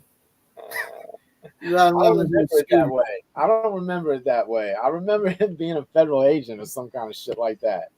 I remember having a reason. I ain't gonna say nothing, but the FBI sucks. But man, he didn't have to drop the F-bomb on us. That's kind of mean, Steve. What are you doing, dude? You hurt my feelings. Uphold the law. You hurt my feelings, man. Quit doing that. Yeah, you hurt the Outlaws' feelers. That happens. Washington plays at Iowa. I don't think anybody really cares, but there it is. Wisconsin's at Rutgers. It don't seem like it's been a good lineup of games all year, man. I guess it's because of those 2 off weeks. Yeah, it's been kind of, but I feel like it should start getting real good after this week, all the way through. Who is Notre Dame's playing Stanford? Stanford at Notre Dame. Wow, look at the ticket prices for them. Everybody up. There you go. Stanford bad about. They beat Notre Dame last year anyway. They upset them, didn't they? Yeah, they did. So, don't be surprised if Stanford beats their ass. Look at the ticket prices for the OU Texas game. And I guarantee you, there's no way you're getting good tickets for $390. Pretty historical game, and it's going to be really historical with the fact that it's the first SEC Red Rivalry. Oh yeah, man! That SEC logo is going to look great, man, on the field. Who's USC playing? Penn State. Penn State at USC. Now, pick your poison there. I don't like either one of those teams, but oh man. Well, I like Penn State, but Penn State just does the same thing every year. I mean, they come out usually with a fairly high ranking, and it just goes all to hell. Check this out, man. Penn State is ranked number 4. Yeah. and they're at USC, and the tickets are only $20. Yeah, I know. You Oh, believe and that? there'll be empty seats all over that stadium. Man, that's what I was talking about. Man, I was watching the Wisconsin game. There was empty seats all over the place. Yeah, there will be empty seats at that game because most of those fans think that they're going to lose, and they don't want to go if they're going to lose. So, and Richard Young is correct. $390 for the OU Texas game, and you're sitting on the shitter. Steve Lee says he's typing while driving, you bitch. Steve, just so angry, man. Angry God dang, Steve. Steve. We're going to have to go to therapy together, man. Angry Steve. Come on, Steve. Come on, Steve. We'll go to therapy together, brother. I ain't holding your hand, though. That's some of that damn Austin, Texas, USC Skittle shooter stuff. I ain't doing none of that shit. So the Cotton Bowl is now an SEC stadium. No, I don't know. I guess to some degree it becomes an SEC stadium. It's holding a big SEC game. California at Pittsburgh. I know that doesn't sound like a great game, but it's actually a decent game this year. Pittsburgh's ranked. They're undefeated. California should have beat Miami last week. Arizona at BYU. Damn, $87 to go to that game. Yeah, BYU's undefeated. I told them, man, BYU's just they were like a sleeping giant. All they needed was a big label, a power label, because they were the last supposed team outside the power conferences to win a national championship in 1984. Yeah, they could fill the void left by OU in Texas pretty easily. Battle of the Bulldogs, Mississippi State and Georgia. Wouldn't that be some shit if Mississippi State beat Georgia?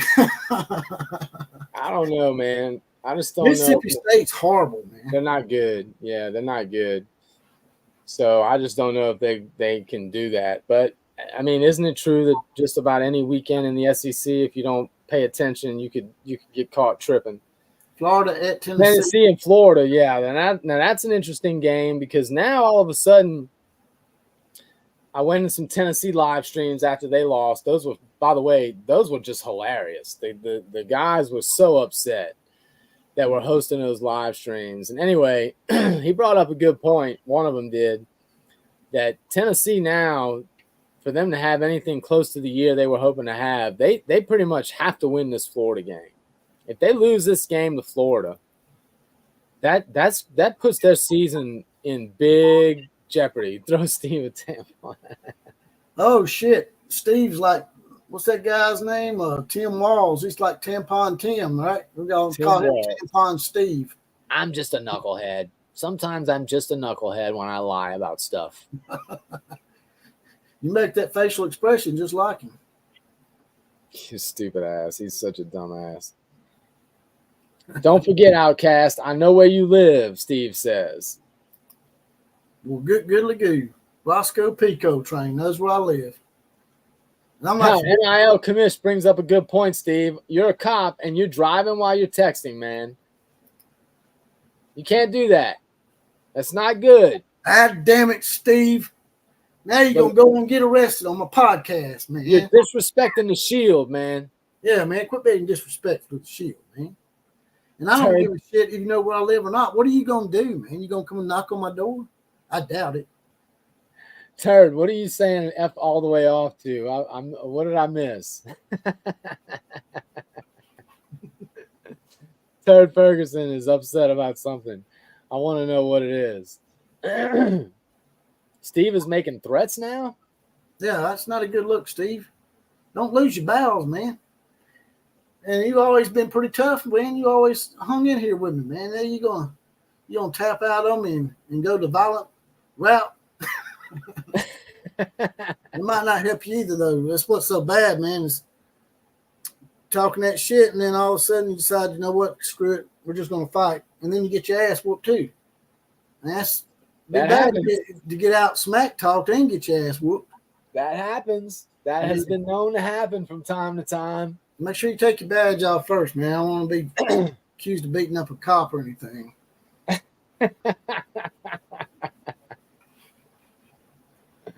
That's right. It's all fun, man. It's all fun and game. I got Rich my- Harvey. I might not. I got my entourage, man. I'll just Richard, get Killer Breeze and Thunder OU Center and Fred Bagley. They'll take care of you for me, man. I ain't got to worry about it. Rich Harvey predicts Texas 49, Oklahoma 13. Rich, I want you to look at me. Look in the camera. I need you to stop taking the drugs, man, if you're going to participate in our show. we need sensical takes. That's nonsense. 49 to 13. Well, at least they give you 13 points this time. Look at me, Steve. What's that? At least they give y'all 13 points this time. I mean, Steve Sarkeesian said it was going to be 49 to nothing again. Yeah, well, Steve probably shouldn't have run his mouth like that, old Sark. I think we drop another ass whipping on him, we might send him straight back onto the sauce. Are you saying that Steve Lees is a Walmart security guy? Is that what you're trying to tell us, Richard Young?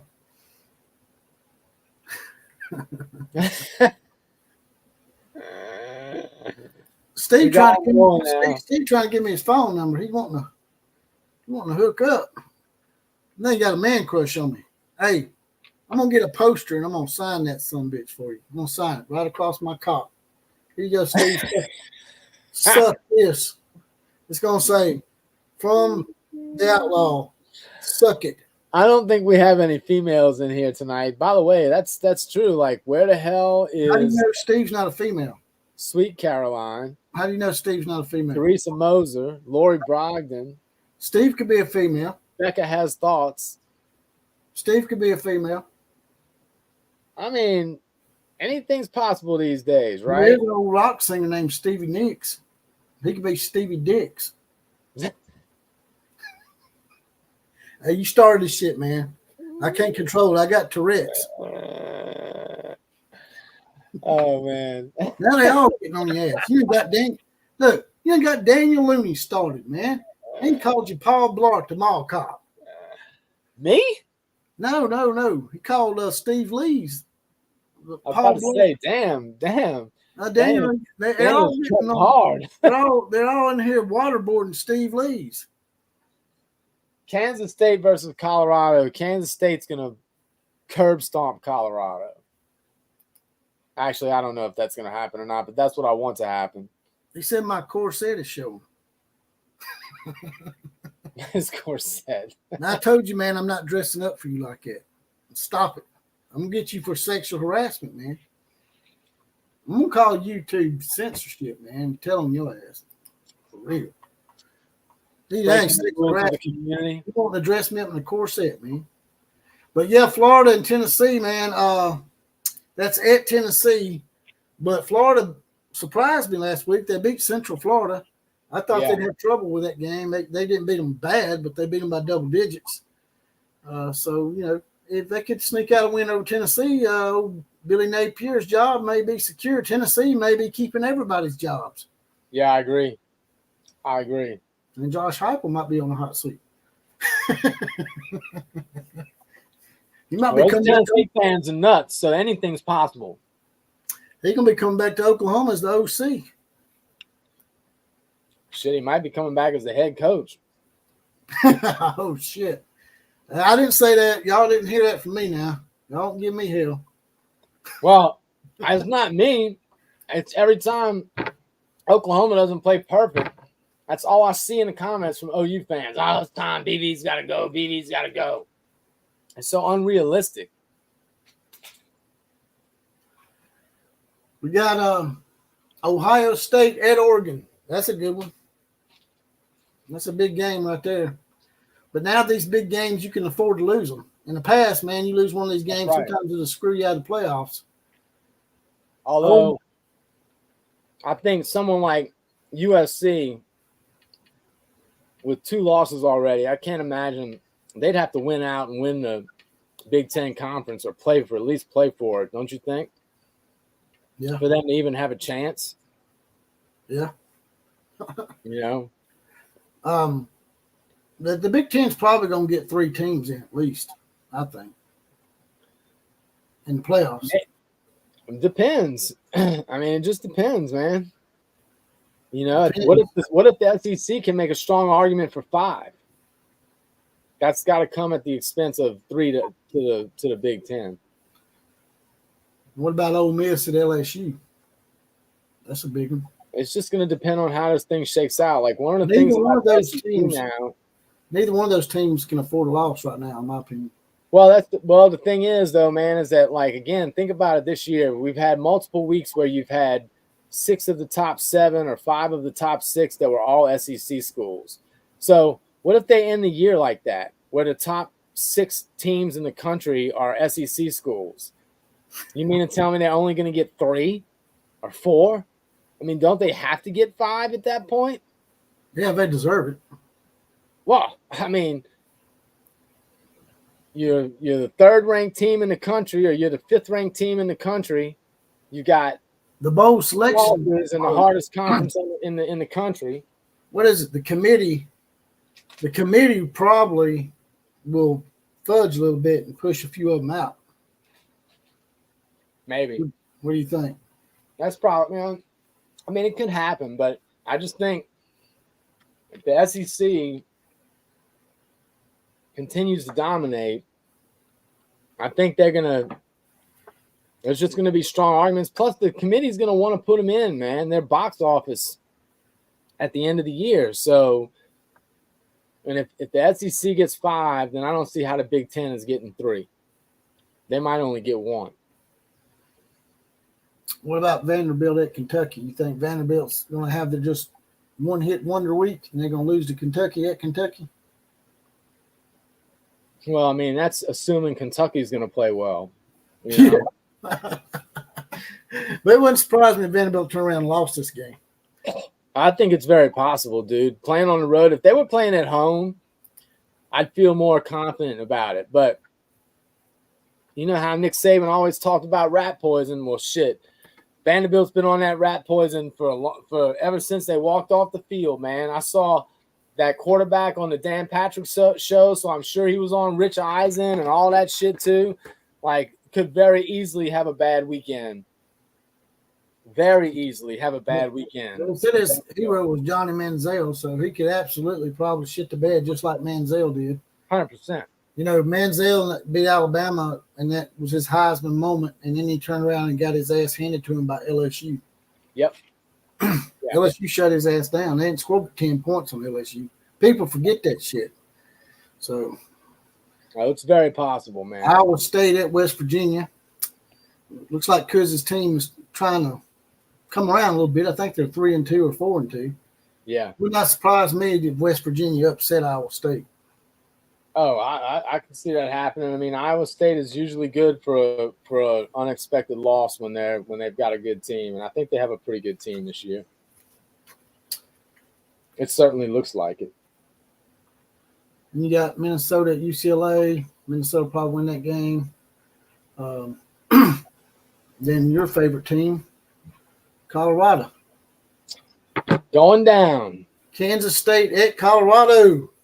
Going down for the dirt nap. Do we need to put the con time shades on? Is con time going to pull another one out of his ass?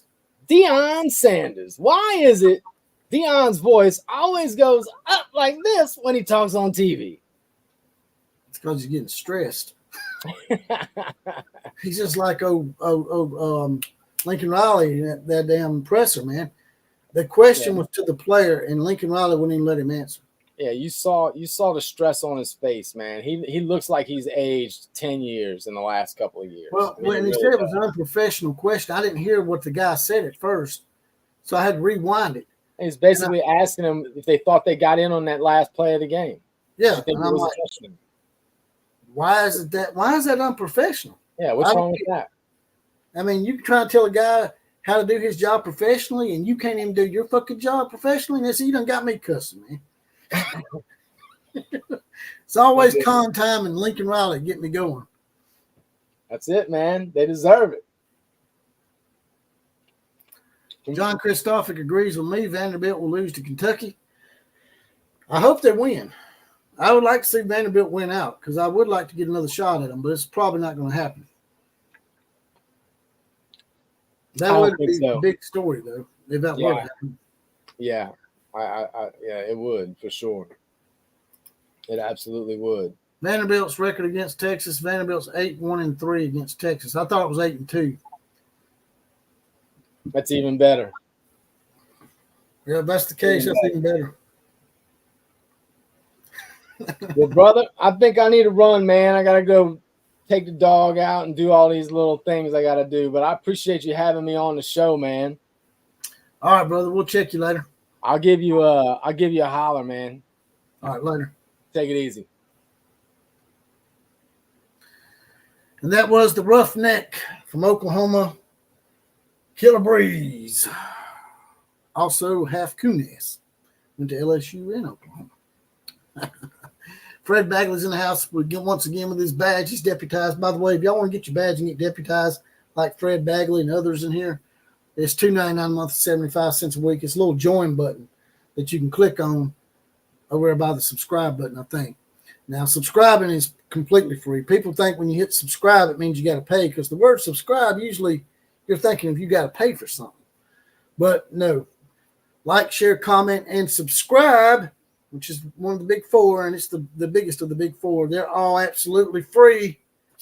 Do that and share me out to all your friends, even if they don't like me, even if they want to come here and grill my ass like Steve Lees did so well tonight. You got to give Steve one thing. He don't give up. He don't tap out. Good job, Stevie. Good job.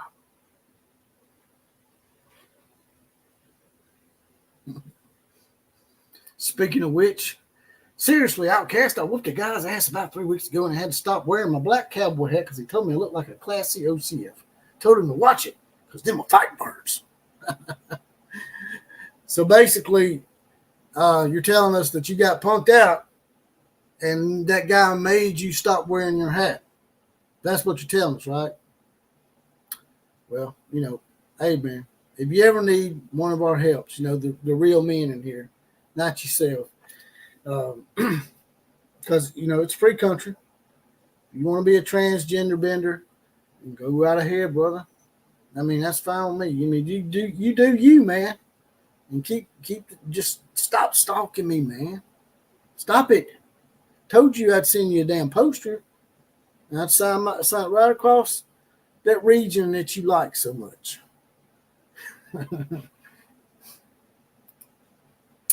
Have a good night, OCF. Thanks a bunch. I'll talk to you soon about that Alabama wood art. Yeah, do that, brother. I got some wood art down here from Mofield, Woodsmith Shop. It's a great one right here. I'll show it to y'all real quick. He made it for me. No lasers ever used by Mo's Woodsmith Shop. That's Eric Mofield. It's in the scroll down here. He used absolutely no lasers whatsoever. NIL commish. And also up here, as you can see, that's the metal signage, the outlaw of college football logo that was sent to me by Matt McWilliams, who's also in the scroll down here, McFab LLC.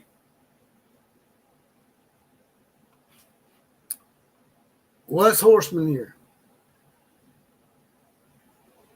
I'm just saying, I mean, I like wood art whether it's no lasers or not. You can send me lasered wood art or you can send me non-lasers like he did. So, no horse manure there. I like both. I like both, man. By the way, that clip earlier, if y'all didn't hear when I said it, was from NIL Commish, his channel. He just started. He's up to almost 350 subscribers. Y'all go over and subscribe to NIL Commish. He's a big Oklahoma Sooner fan. He does a lot of comedy intertwined with sports. And the Lincoln Riley grilling session that he done today was pretty good. And at the beginning, I didn't have the beginning in there. So if y'all want to go see the full video, go over to NIL Commish and subscribe to his channel. He's a big Oklahoma guy as well.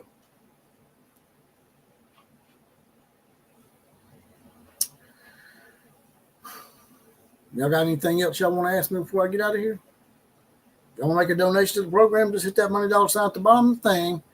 It'll push your comment to the top. This video will go to podcast after I get off of here. It's probably one of the longest ones I've done in a while.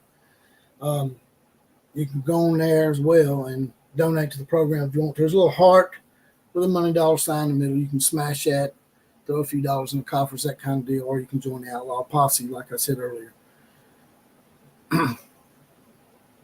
What's the threat? You ain't, man. You getting to where you just a big old wiener, man. You a rope sucker, man. Steve Lee's the rope sucker. And on that note, I'm gonna get out of here. KMCA to all the other teams. Class is now officially dismissed.